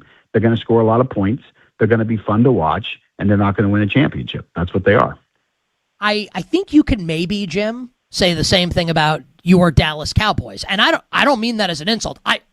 I'm right now, I think I'm going to have the Cowboys playing on Championship Sunday. And there are a lot of people right now, Jim, that are very bullish on your Dallas Cowboys as we get sent to enter this season. How does that make you feel? Well, let me start by saying this. I have told my wife, Joy, that I have picked out our date on Valentine's Day, 2027. And I told her I am taking her to SoFi Stadium because that is when the Dallas Cowboys will be in the Super Bowl, and they will win the Super Bowl with Dak Prescott. This team is going to go all the way. Now, I know the Rams are the best team in the NFL. The Rams, the team I've already put my money on. I've actually put the money on Rams Chargers in the Super Bowl. I think that'd be really cool, an all LA Super Bowl. But this is the year of my Cowboys. This offense is elite. They've got everything. They've got the offensive line. They've got 2 elite receivers. The third receiver is a solid second receiver in Flournoy. Javonte Williams can run. Jaden Blue is going to be a weapon that people are going to understand this year. They don't know what they're getting. But the job they did in rebuilding the defense and bringing in Christian Parker, it has a chance to be a top 10 defense in the NFL. If that were to happen, Dallas can absolutely get to the championship game you're talking about. And then all of a sudden, the team they're about to play in the championship game, the quarterback pulls a hamstring. Myles Garrett, has an appendectomy, and boom, Cowboys are in the Super Bowl. I feel it. I taste it. I got the plane tickets. I'm ready for SoFi, baby. Happy Valentine's Day, everybody. True story, and you know this because you know I'm sick. I took in the Scott Fish Bowl yesterday. I took Ryan Flournoy in one of the late rounds, and it was the highlight of my day. I think he's going to have a huge season in the Cowboys offense. Jim, we love it. Well, because no one's going to cover him. And you got to put 2 guys on Lamb or 2 guys on Pickens, and then you got to focus on the guy that you don't. You have to put your best corner on one. You have to double team the other. You got to worry about Ferguson. You got to worry about Javonte running up the middle. Who in the hell is going to cover Flournoy? Like, the only team that can cover him is an elite defensive team that's 1-11, a stud, and who has that in the NFL? So, yeah, it was a great late pick for you. I love it. And also, Kevontae Turpin in the mix. Now, the only thing we need, Jim, and this is a deep cut, can we get my guy Phil Maffa some carries this year? The Maffa Mafia is led by me. I need to see him with more carries in the Cowboys backfield. I need it. Yeah. You know why you're going to get some? Because he's the guy that has to go in for Javonte, running up the gut, because Jaden Blue can't do that. Jaden Blue's like the third down screen pass guy, right? I mean, that's what Jaden Blue is, and he can't block like Maffa. So yeah, Maffa's got the pathway. When they give Javonte, those 10 minutes out, Maffa's going to be there. So yeah, you're gonna get your time with him. He's the guy that has to come in for Javonte. Blue is the extra speedster, right? He's that extra guy. Like he'll never be a three down back, right? Maffa, yeah, he'll get his spot. I love Maffa. Gamer, tough kid. I love Maffa too. Oh yeah, Clemson got him in all my dynasty leagues. Needed. This is how big a sports fan Jim is. We just broke down for like a minute. The Cowboys are before. I love it. You're the best, my friend. Stay well, and we'll catch up with you down the line. Sounds great, Nick. Jim Bowden joining us here on You Better You Bet. I mean, like I said, now I know Jim personally, so like I knew when I asked him those questions, he's going to give us great stuff on the Cowboys and on the Lakers. Even better than I expected. All right, quick break. And Jim mentioned LeBron James. He said LeBron's not going back to the Lakers. I never thought he was going to. I'm going to tell everybody, all of you, next, the team that LeBron James should sign with if he really cares about winning on Westwood One Sports.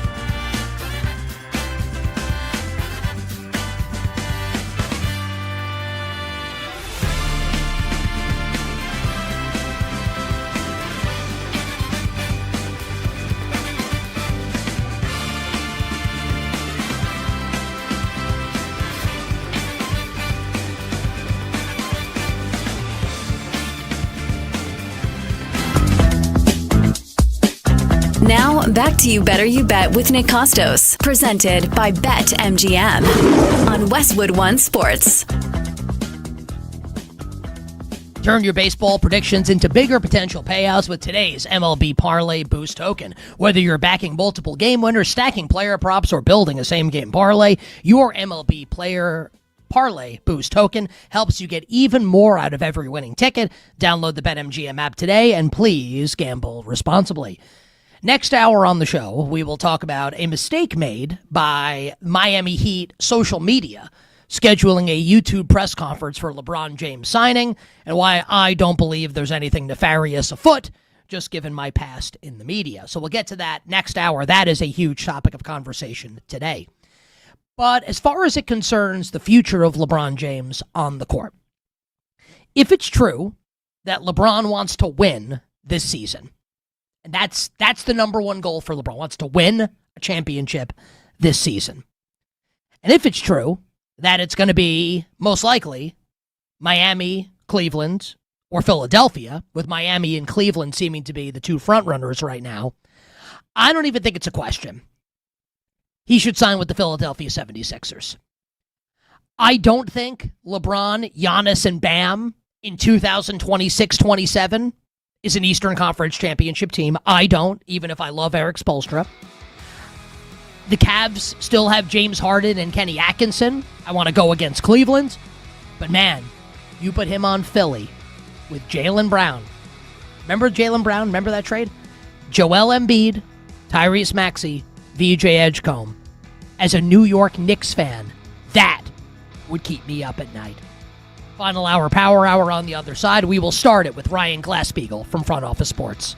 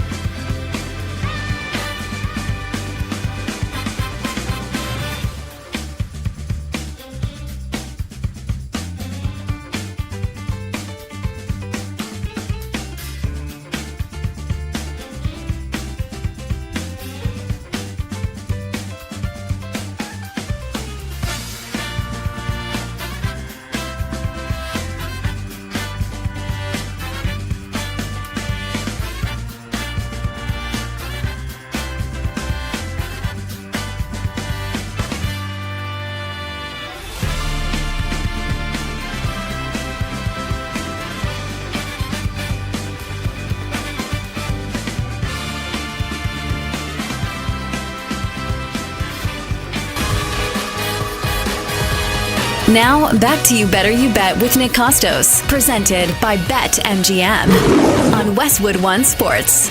Bring it up, Laura.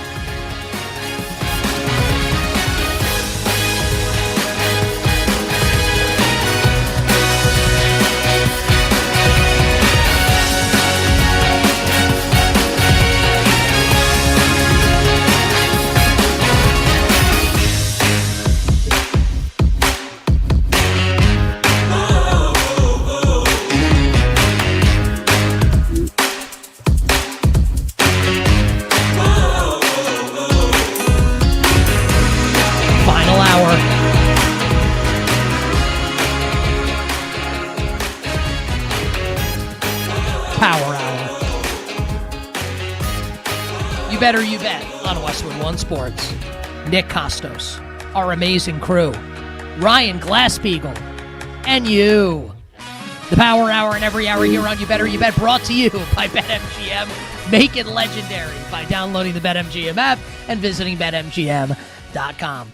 Coming up about 20 minutes from now, I'm going to tell everybody why. You know, a lot of people think that something nefarious was afoot when the Miami Heat scheduled a press conference on YouTube for LeBron James. I've worked in media for 25 years. I think it was just stupidity, and I'll tell you why coming up in a little bit. And I will also explain to everyone why we collectively, as a society, not just as sports fans, but as humans, need as it concerns Tom Brady and what he does off the field. Everybody's just gotta chill out. Our bets for tonight will close the show. But joining us right now to kick off the Power Hour on this wonderful Football Wednesday, and we will say Football Wednesday because the Panthers and the Cardinals training camp today in the National Football League, and how great is that? Joining us right now to talk about a very, very busy week in sports media. For my money, he is the best in the business. It helps that we are friends as well, but I think he is the best in the business. And that is our pal, Ryan Glasspiegel from Front Office Sports. He is a must-follow on social media if you are a sports fan, if you're into sports media, at Sports Rapport, Rapport, doing great work for Front Office Sports. What's going on, buddy? How are you? Oh, wow. What an intro. I hope I die before you so you can read my eulogy. I also hope you die before me. Before we get into the actual news, you know, yesterday I was off yesterday, but obviously I'm paying attention to what's going on. ESPN conducts a round of layoffs, and a lot of well-known names, people laid off from their jobs, and we can get into what the signals for ESPN, etc. here. But just from your perspective, someone who does this for a living, traffics in, you know, sports media news, how would you rate yesterday in terms of like busy days in Ryan Glasspiegel's career? Oh, I mean, it was super busy, from really the night before through the end of the day yesterday. It's not like one of those good busy days because it's, people's livelihoods are affected. And, myself and Andrew Marchand, who is at The Athletic, we used to be coworkers at the New York Post. We're still pretty close, but we're competing with each other to the other. And it's a little bit of like a dark time when you're doing that. It's kind of like the life we chose, but it was like a really that was like compounded, that like type of like combination of like pressure and dread was compounded by the fact that both of us had a pretty good idea of like the complete list of people who were getting let go before they got informed about it. And so it's just like a really like tricky spot. Well, he wrote about it in his piece. Like he called Carl Ravitch, who's at ESPN for 33 years, and Ravitch was like hearing about it from him. And so it's just like, it's a tough day, but it is like a very obviously busy and visible day. And, now I'm booked on 3 shows today plus JMac yesterday. And so it's like, it's an odd thing where I'm like getting extra attention on myself on this moment that's like really bad for a lot of people. But, it's unfortunately like kind of the way of the world. You guys are like, and I'm not just saying this because you're on the show. Marshan's been on the show also. You guys are like the Schefter and Rappaport of this, right? Like the two main guys that I think people look to for this stuff. And yes, you're dealing in the macabre a little bit here with people losing their jobs, but that's kind of the business. I'm just curious because, like you said, you've known him a long time. You were coworkers once upon a time at the New York Post. You yourself just described the two of you as being close, being friends. Do you talk to him at all over the course of the day? Or like when the day is wrapped and all the news is out, shoot a note to be like, hey, like, good job today with this. Do you talk to him? Yeah, like this? I mean, we did, like, because, the last round of these 3 years ago, we were like doing it as a team, like kind of like how Schefter and Rappaport are now. We were at New York Post, and so it was like, Van Gundy, bang, Jackson, bang, Jalen Rose, bang. Very funny for you to use bang, given that it was Mike Breen's catchphase. No, I know. Those guys. Like we were doing like all of them together. I'm like, so it's like, we were chasing them down. I was writing it. He's like, just, so it was like odd, after we were teammates the last time, being like competitors in this yesterday. I don't know, like give like, we definitely do still communicate pretty regularly, even though we are like kind of like arch competitors at this point. Like obviously, like we want to like beat the other. It's human nature, and it's really like our livelihood. It's also like a big world, and so yeah, it's we vie head to head. But I think I don't want to speak for him, but I think I still feel a lot of gratitude because he helped me out a lot in my career, especially at the Post. And so you try to beat the other guy, but maintain a perspective that at the end of the day, like we're both, he's probably objectively in like a better spot in his career than me, but yeah, I mean, I think we've maintained a closeness throughout. Like now it's going on a year and a half of competing against each other. That's cool. And I'm happy that you guys are friendly because he's a good dude. And I know people purchase living in New York that know him and really like him. I know you and really like you. So I think that's great that you guys are friends despite being obviously in a really competitive space. I'm curious to get your opinion here. Like I have a really strong take on this that I'll give later this hour. Because it feels like there are people, and I think they're wrong, but they're welcome to their opinion. I mean that sincerely, that look at what ESPN did yesterday with some of the layoffs they made and the names in these layoffs as kind of this broad philosophical change and that ESPN is unrecognizable from what it once was. And I look at it probably a little more pragmatically, like they just, looking at where they can save money, and it sucks to boil people's lives and livelihoods down to that, but that's capitalism, that's business. How do you view it? Is there like some huge philosophical takeaway to be made here? How do you view what ESPN did yesterday, Ryan? A lot of it comes down to like for the last, they changed, leadership and who was in charge of content like 2 or 3 years ago. Norby Williamson is no longer there, and Burke Magnus is in charge of content. So some of the people that might have been like priorities under Norby are not priorities under the newcomer. So like you look at like Carl Ravitch, he's been there since 1993. He's one of like the few links to the Sports Center glory days of our childhood. And, he's really remembered for Baseball Tonight, which when he was the host of it and when that show was humming, it was really exceptional. But so Ravitch was a great studio anchor. He's not a top like play-by-play guy, but he was put on play-by-play of Sunday Night Baseball. He had a great, personal relationship with Norby. ESPN loses Sunday Night Baseball, and Norby's no longer there. And so they still have like a hodgepodge of baseball games, but it's not this like flagship property that has an exclusive MLB window every Sunday night. And Ravitch is getting paid as somebody who's been there, when ESPN was at its most powerful and was getting paid to call one of these flagship properties. So you add all those things together and you're like, okay, well, that's how he makes sense to go on this list at that time. And then, I mean, David Lloyd and Stefania Bell were there for like a really long time. and I don't like want to disparage them. Both of them are incredible professionals, but neither of them were like fixtures of what ESPN does. And, Bell, when she and Matthew Berry were doing fantasy talk, they were some of the only people in the like highly distributed mainstream sports media that were discussing this. Now, fantasy talk, partly because of how good they were at it, is just ubiquitous. And so it's a little bit of like a shifting timeline of,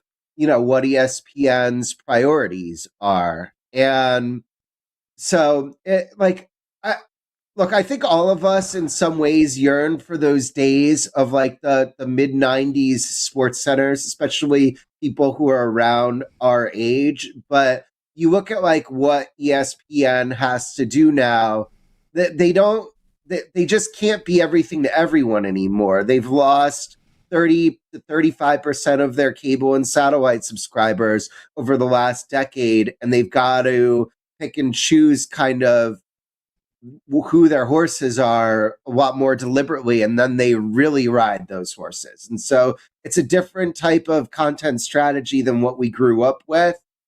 But I think that like it's a little bit overwrought to say ESPN is dead. I hate it. Like, and this is why, because they got rid of Carl Ravitch. Like, it's a little bit melodramatic to go that far on that.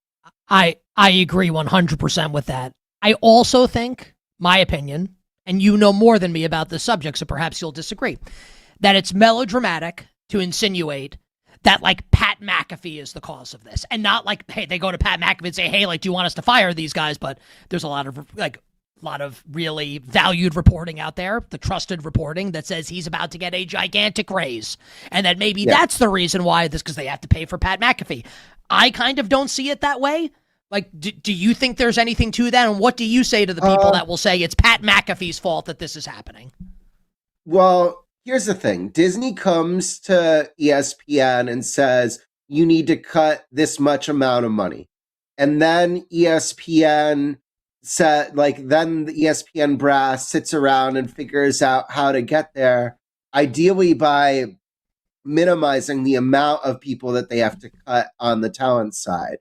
And so does McAfee play into that? To some extent, it does, because there is, a proverbial salary cap. But it's at least like on his current deal, so he's between game day and the licensing of his show. It's gonna be a really long answer, but he's making like probably around 30 million right now between those two.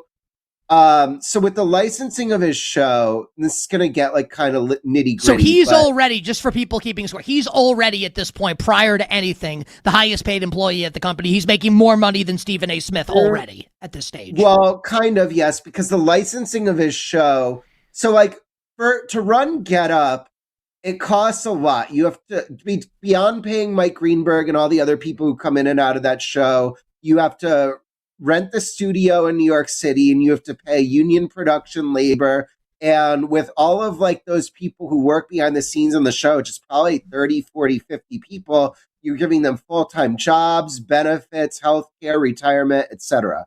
With McAfee and with other shows like the Rich Eisen show and the Manning Cast, you are writing one check. And so they write McAfee this check for his whole show. Then he pays for the Thunderdome. He pays for Boston Connor and Ty Schmidt. And like he pays out of his own pocket to have Nick Saban as a weekly guest. And like Aaron Rodgers, when he was on, he was paying Rodgers like $1 million a year. So this idea that like they're just like paying Pat McAfee $30 million, it's not as like simple as that. They're probably paying him about $10 million for game day and about $20 million for his show. Now with game day, you got to remember a few years ago that Big Noon was starting to catch up with game day. And then they decided to put McAfee and Nick Saban on game day, and the paths diverged. And all of a sudden, game day put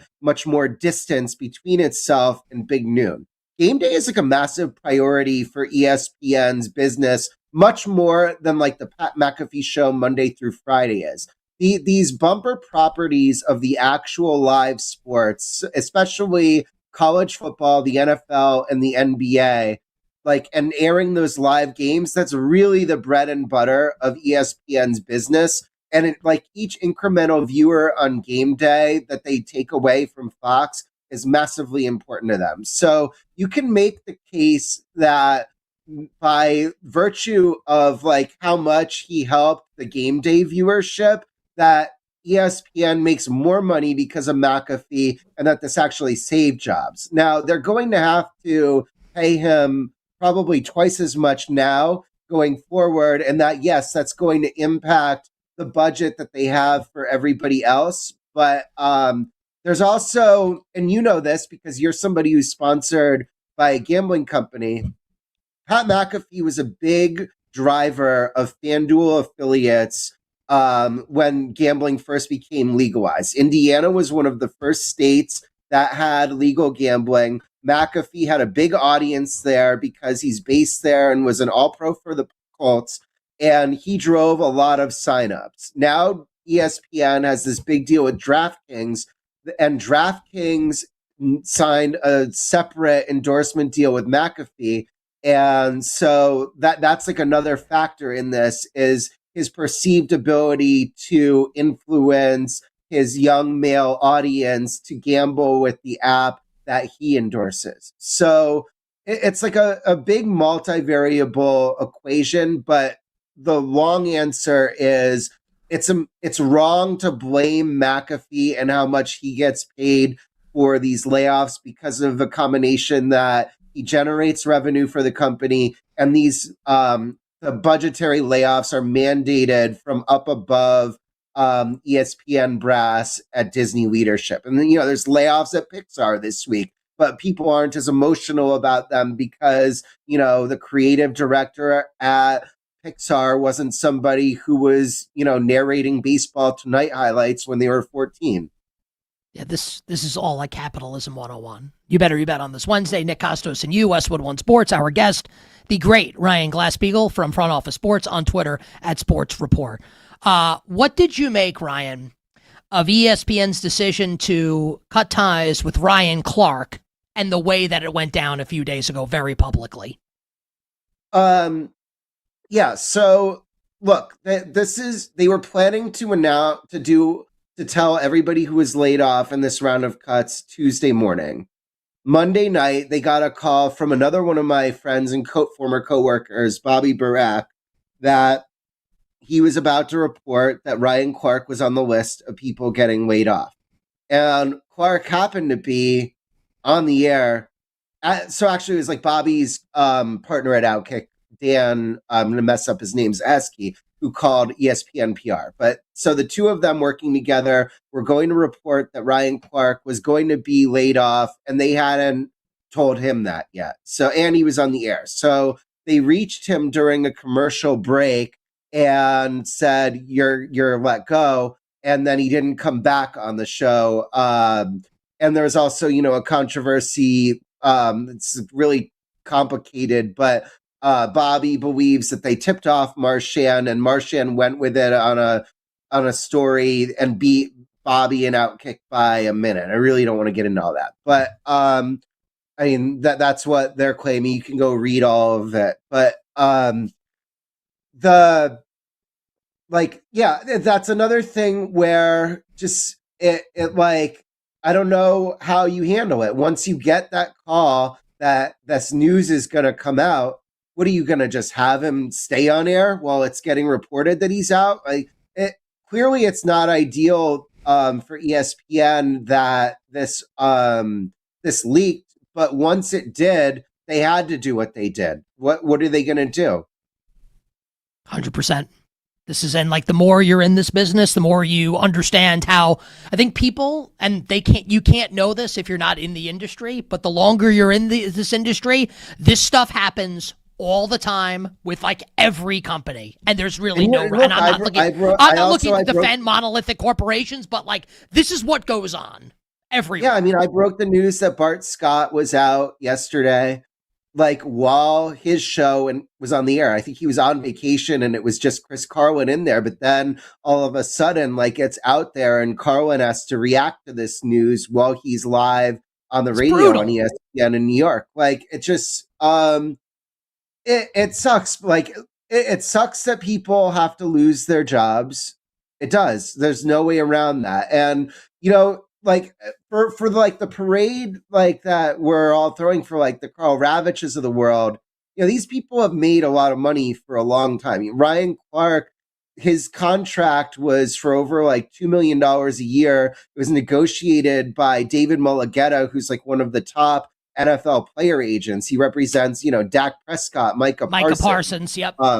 So like he has the Pivot podcast, which drives a lot of revenue and has a lot of YouTube engagement, and maybe he can expand that. So like you feel bad for these people, but they have a lot of resources. What you feel worse for is like the nameless, faceless, like hordes of people behind the scenes at NFL Network who also got let go yesterday. The public doesn't know their names, but these are not, 7-figure earners. These are these people have grinded and given untold amount of like sacrifices to get to 6 figures, and like they're out in droves. You got to feel like really bad. Like I think like the general public has no idea how many of these people behind the scenes have to do a combination of mentally and physically exhausting labor to make these shows that we watch come to life.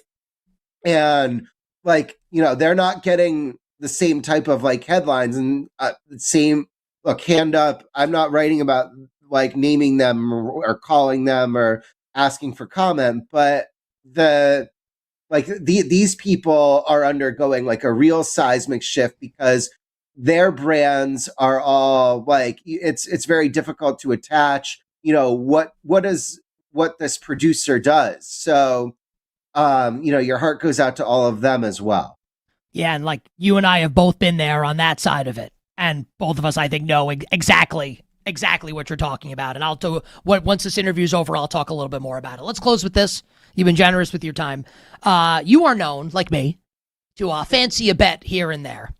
Yes. I am calling today the official start of the NFL season, with the Cardinals and Panthers officially reporting to training camp, Hall of Fame game 15 days away. Do you have, Mr. Glass-Steagall, an NFL bet that you are percolating right now on that you would like to share with me and the audience? I have several. So I'm not sure what the numbers are at MGM, but I'll say what like numbers I have these bets at. I really like Bo Nix MVP at 35-1. I really think there's a path to that. The Broncos, they're in year 3 of him on a rookie deal. When these quarterbacks are good on a rookie deal, it really gives the team like a bunch of ammo to build talent around them. And so I like that. I like Jordan Love at 22-1 MVP. I think my favorite bet right now is Seahawks to win the division. I've seen that as high as plus 245. The Rams are just getting all the attention, but do you remember when like the Eagles did that super team and like the dream team in 2011 and went 8-8 with Vince Young? Yeah, right. These like fantasy football teams.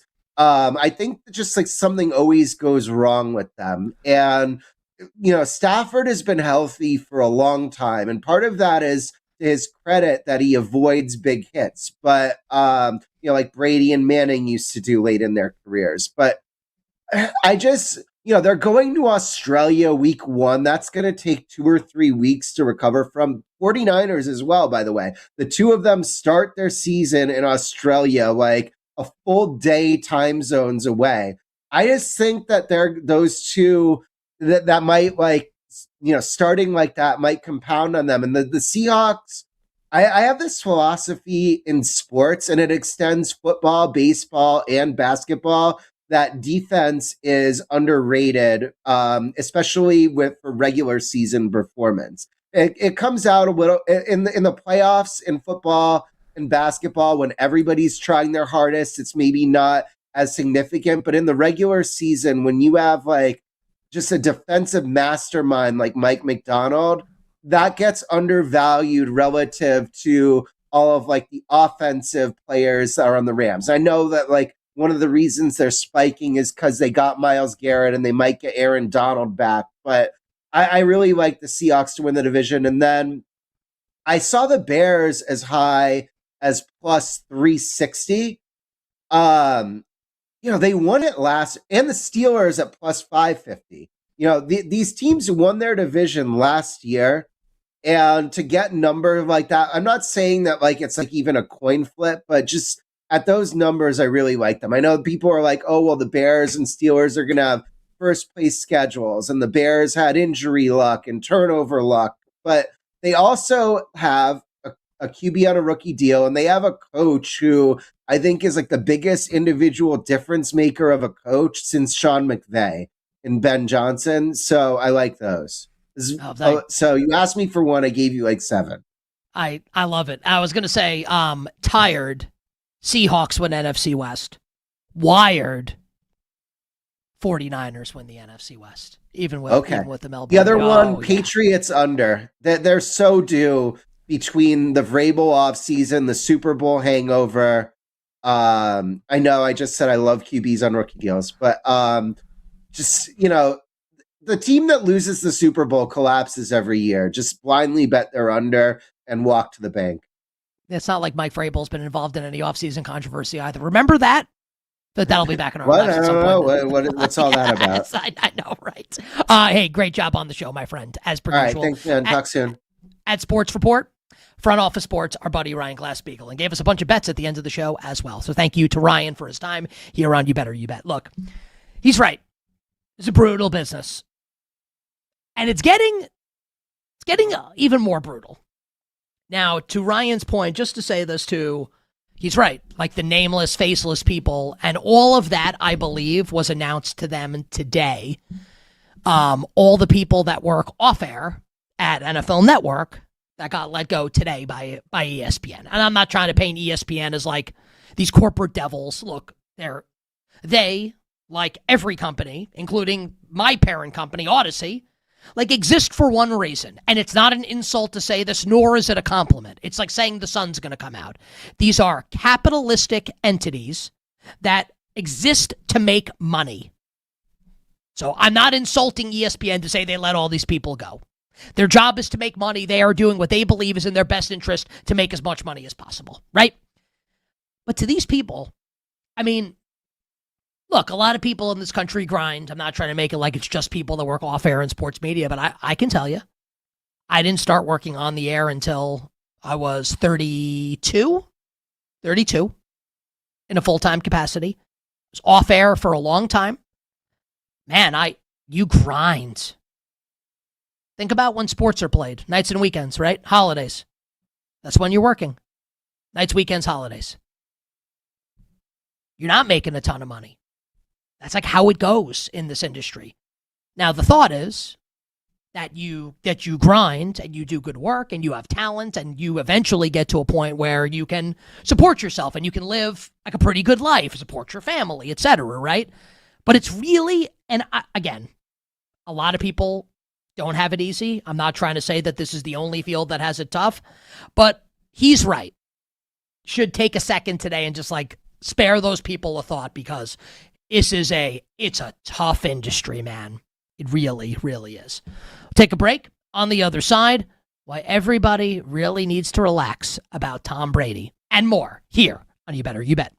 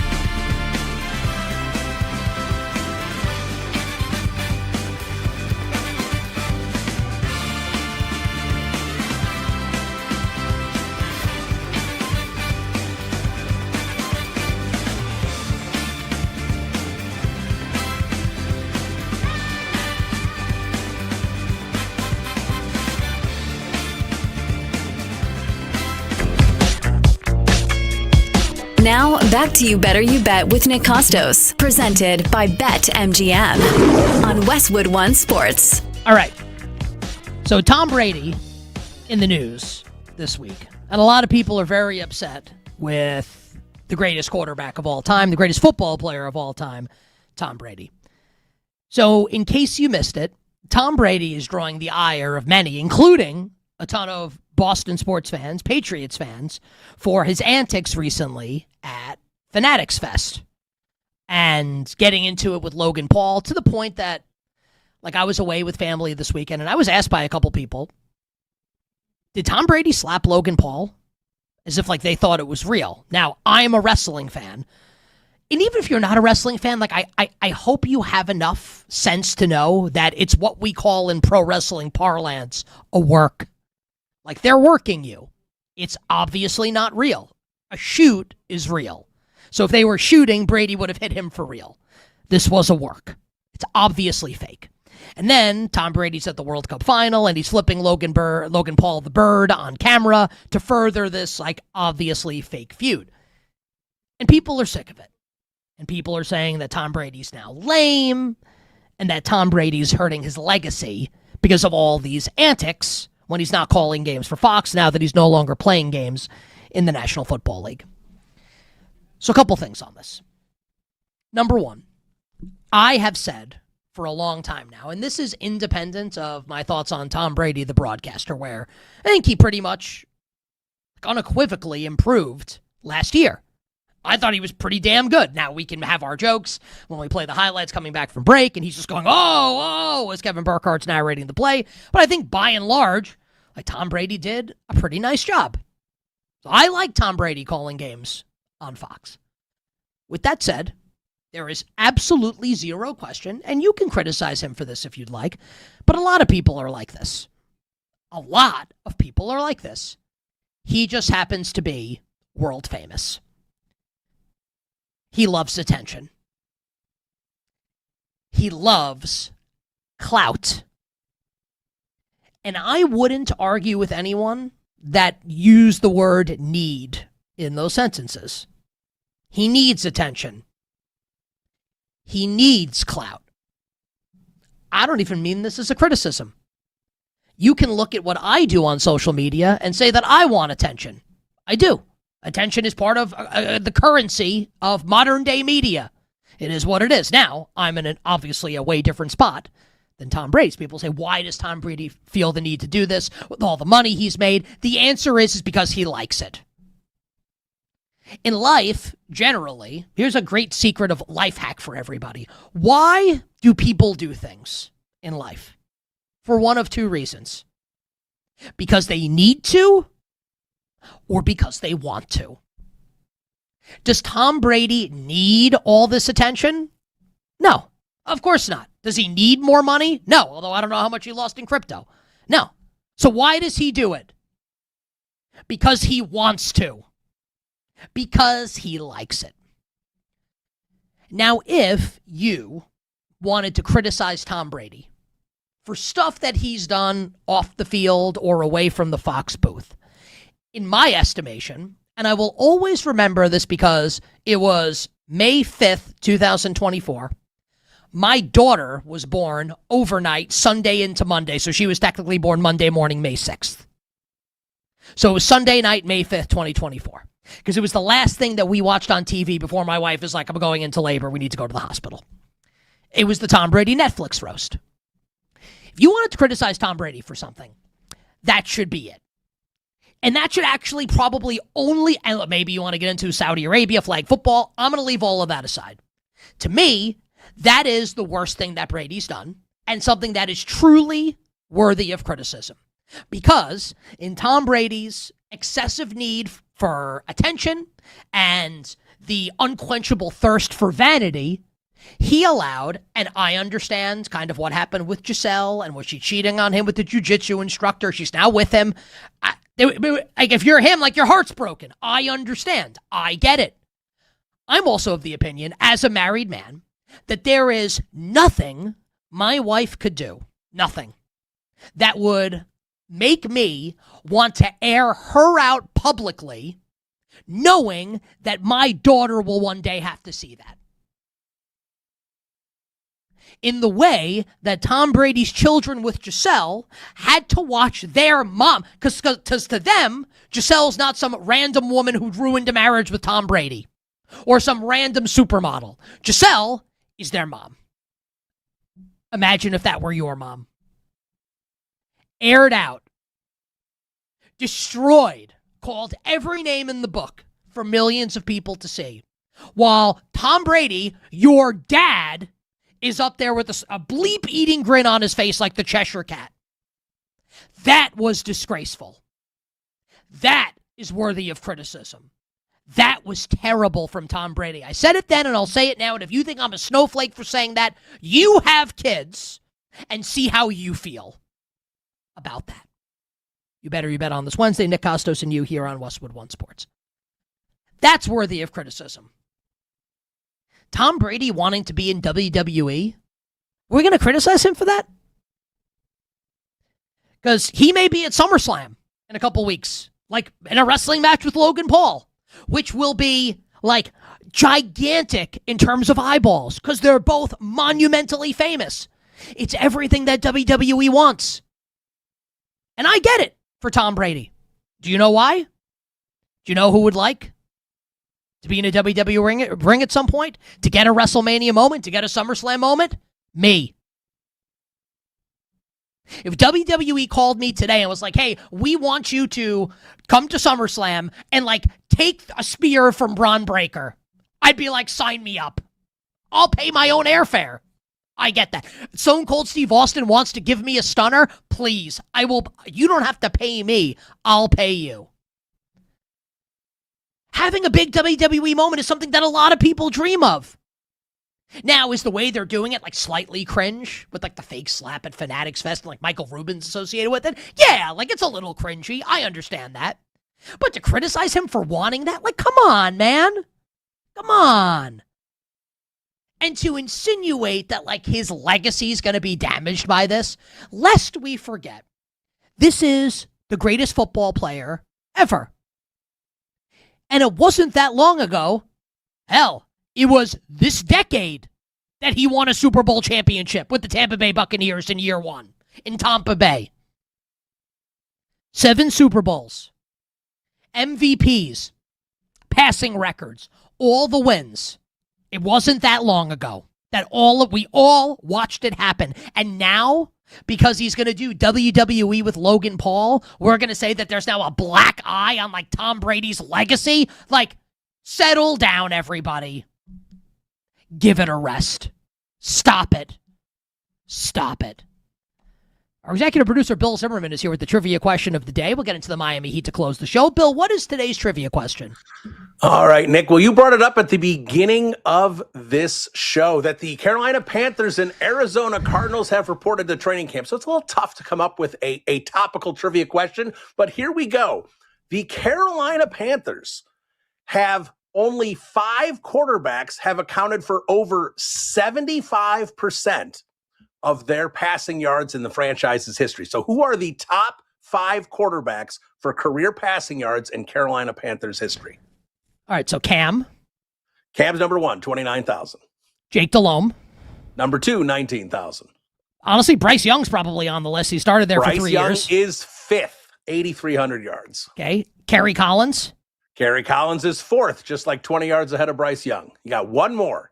It's not Frank Reich only started there 1 year. It's not Frank Reich. So this is now we're going into to 4th. So Kerry Collins is 4th, Bryce Young is 5th. This person is 3rd all time Panthers passing yards. 3rd all time. All right, let's take a break here. I'm sure I will get the answer to this question. We'll answer it on the other side. We'll talk a little Miami Heat and bets for tonight to wrap up the show right after this.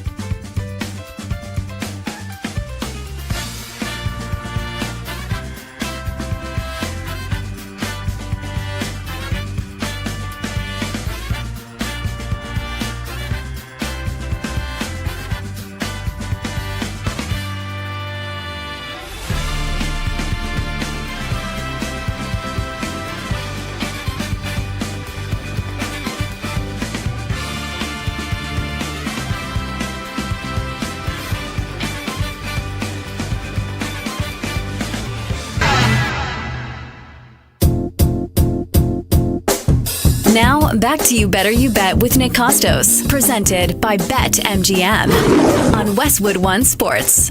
Turn your baseball, but you want to be happy? It's a song reference to what's playing right now. I don't know if you feel like... Turn your baseball predictions into bigger potential payouts with today's MLB Parlay Boost token. Whether you're backing multiple game winners, stacking player props, or building a same-game parlay, your MLB Parlay Boost token helps you get even more out of every winning ticket. Download the BetMGM app today. Please gamble responsibly.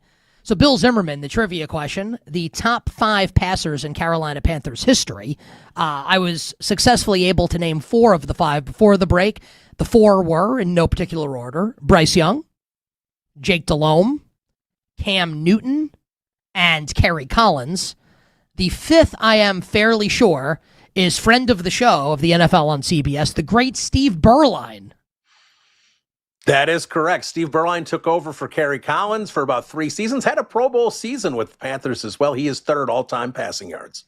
When I think of Berline's Panthers, I think of Kerry Collins and his drinking. I don't say that like he obviously turned his life around. Released by the Panthers, cup of coffee with the Saints before my Giants signed him. And he obviously led the Giants and, didn't play well, but 2 Super Bowl 35. Thanks to Bill for the trivia question today. Thanks to Bill. Thanks to Tyler. Thanks to Laura. Thanks to Kenny. Thanks to Mike. And thanks to Dan. Great to be back here on You Better You Bet. I am with you tomorrow on a tremendous Football Thursday. Just to say this about the Miami Heat, before we give you bets for tonight to wrap the show. The Miami Heat are in a bit of hot water right now, pun intended, for putting out on YouTube that LeBron James' introductory press conference as a member of the Heat will be July 27th. The Heat are claiming this was erroneous. They were getting things in order in case it happens, and it was posted by mistake. Now, because of the world we live in with prediction markets and such, and I certainly understand the thought process behind this, so I'm not criticizing it. I'm not being like, hey, can you believe these morons? No, I get it. Just look at what happens in our government. Not a commentary one way or another, just a statement of fact. For people to say, well, are we trying to move markets here in order to try and make money? To insinuate LeBron's going to Miami when we know he's not, have people bet Miami, we can bet the other side. Maybe that's what's happening. I'll just tell you this. As someone who's been in media for 25 years, this screams to me stupid mistake more than anything else. And I can tell you that outlets I've worked in the past will record eulogies for people that are not dead yet. In the event that they die, they have stuff ready to go. When Kevin Durant before he signed with the Warriors and no one knew where he was going to sign, we filmed videos at CBS for Kevin Durant to sign with a bunch of different teams because you need to be ready in the event it happens. Am I saying with certitude that there's no malfeasance here, there's nothing nefarious at play? I can't say that for sure. But given my background in this industry and in this business, what do I think happened? Incompetence. And I feel pretty confident in that. All right, let's get to some bets to wrap up the show. Please drop the dope ass beat, Laura. Kenny and Tyler, you guys, I have no interest in betting baseball until we get to the end of the season. So instead, what I will give you is an NFL futures bet. How about the Carolina Panthers to win the NFC South? We led the show talking with, and guys, if you have a baseball bet, let me know. I'll tail it. Spain was really awesome on Sunday and was very needed against Argentina. So I'm kind of holding my money here for NFL season, for college football season. Carolina Panthers to win the NFC South. I look at what they did this offseason. I love the Monroe Freeling draft pick. Absolutely needed another offensive tackle. Taylor Moton going to start the season on the NFI list. Needed an offensive tackle. I think he'll start at right tackle. Rasheed Walker, free agent acquisition from Green Bay, will start on the left. If Chris Brazzell can be good as a field-stretching receiver, gives them a different body type at the receiver position, I like that a lot. I love the Jalen Phillips signing. I love the Devin Lloyd signing. Even if we can all agree they overpaid for those players, which they did, you need to do that sometimes. And I look at the rest of that division with Atlanta, with Tampa, and with New Orleans, and I think Carolina, the best of the bunch, and I think Carolina plus 300 to win the NFC South. My favorite bet for today. That does it for the Wednesday edition of You Better You Bet. I am back tomorrow on a tremendous football Thursday. Until then, I'm Nick Kostos wishing you minimal sweats, winning bets, the absolute very best of luck. Our pals Bleck and Abdallah coming up next on Westwood One Sports.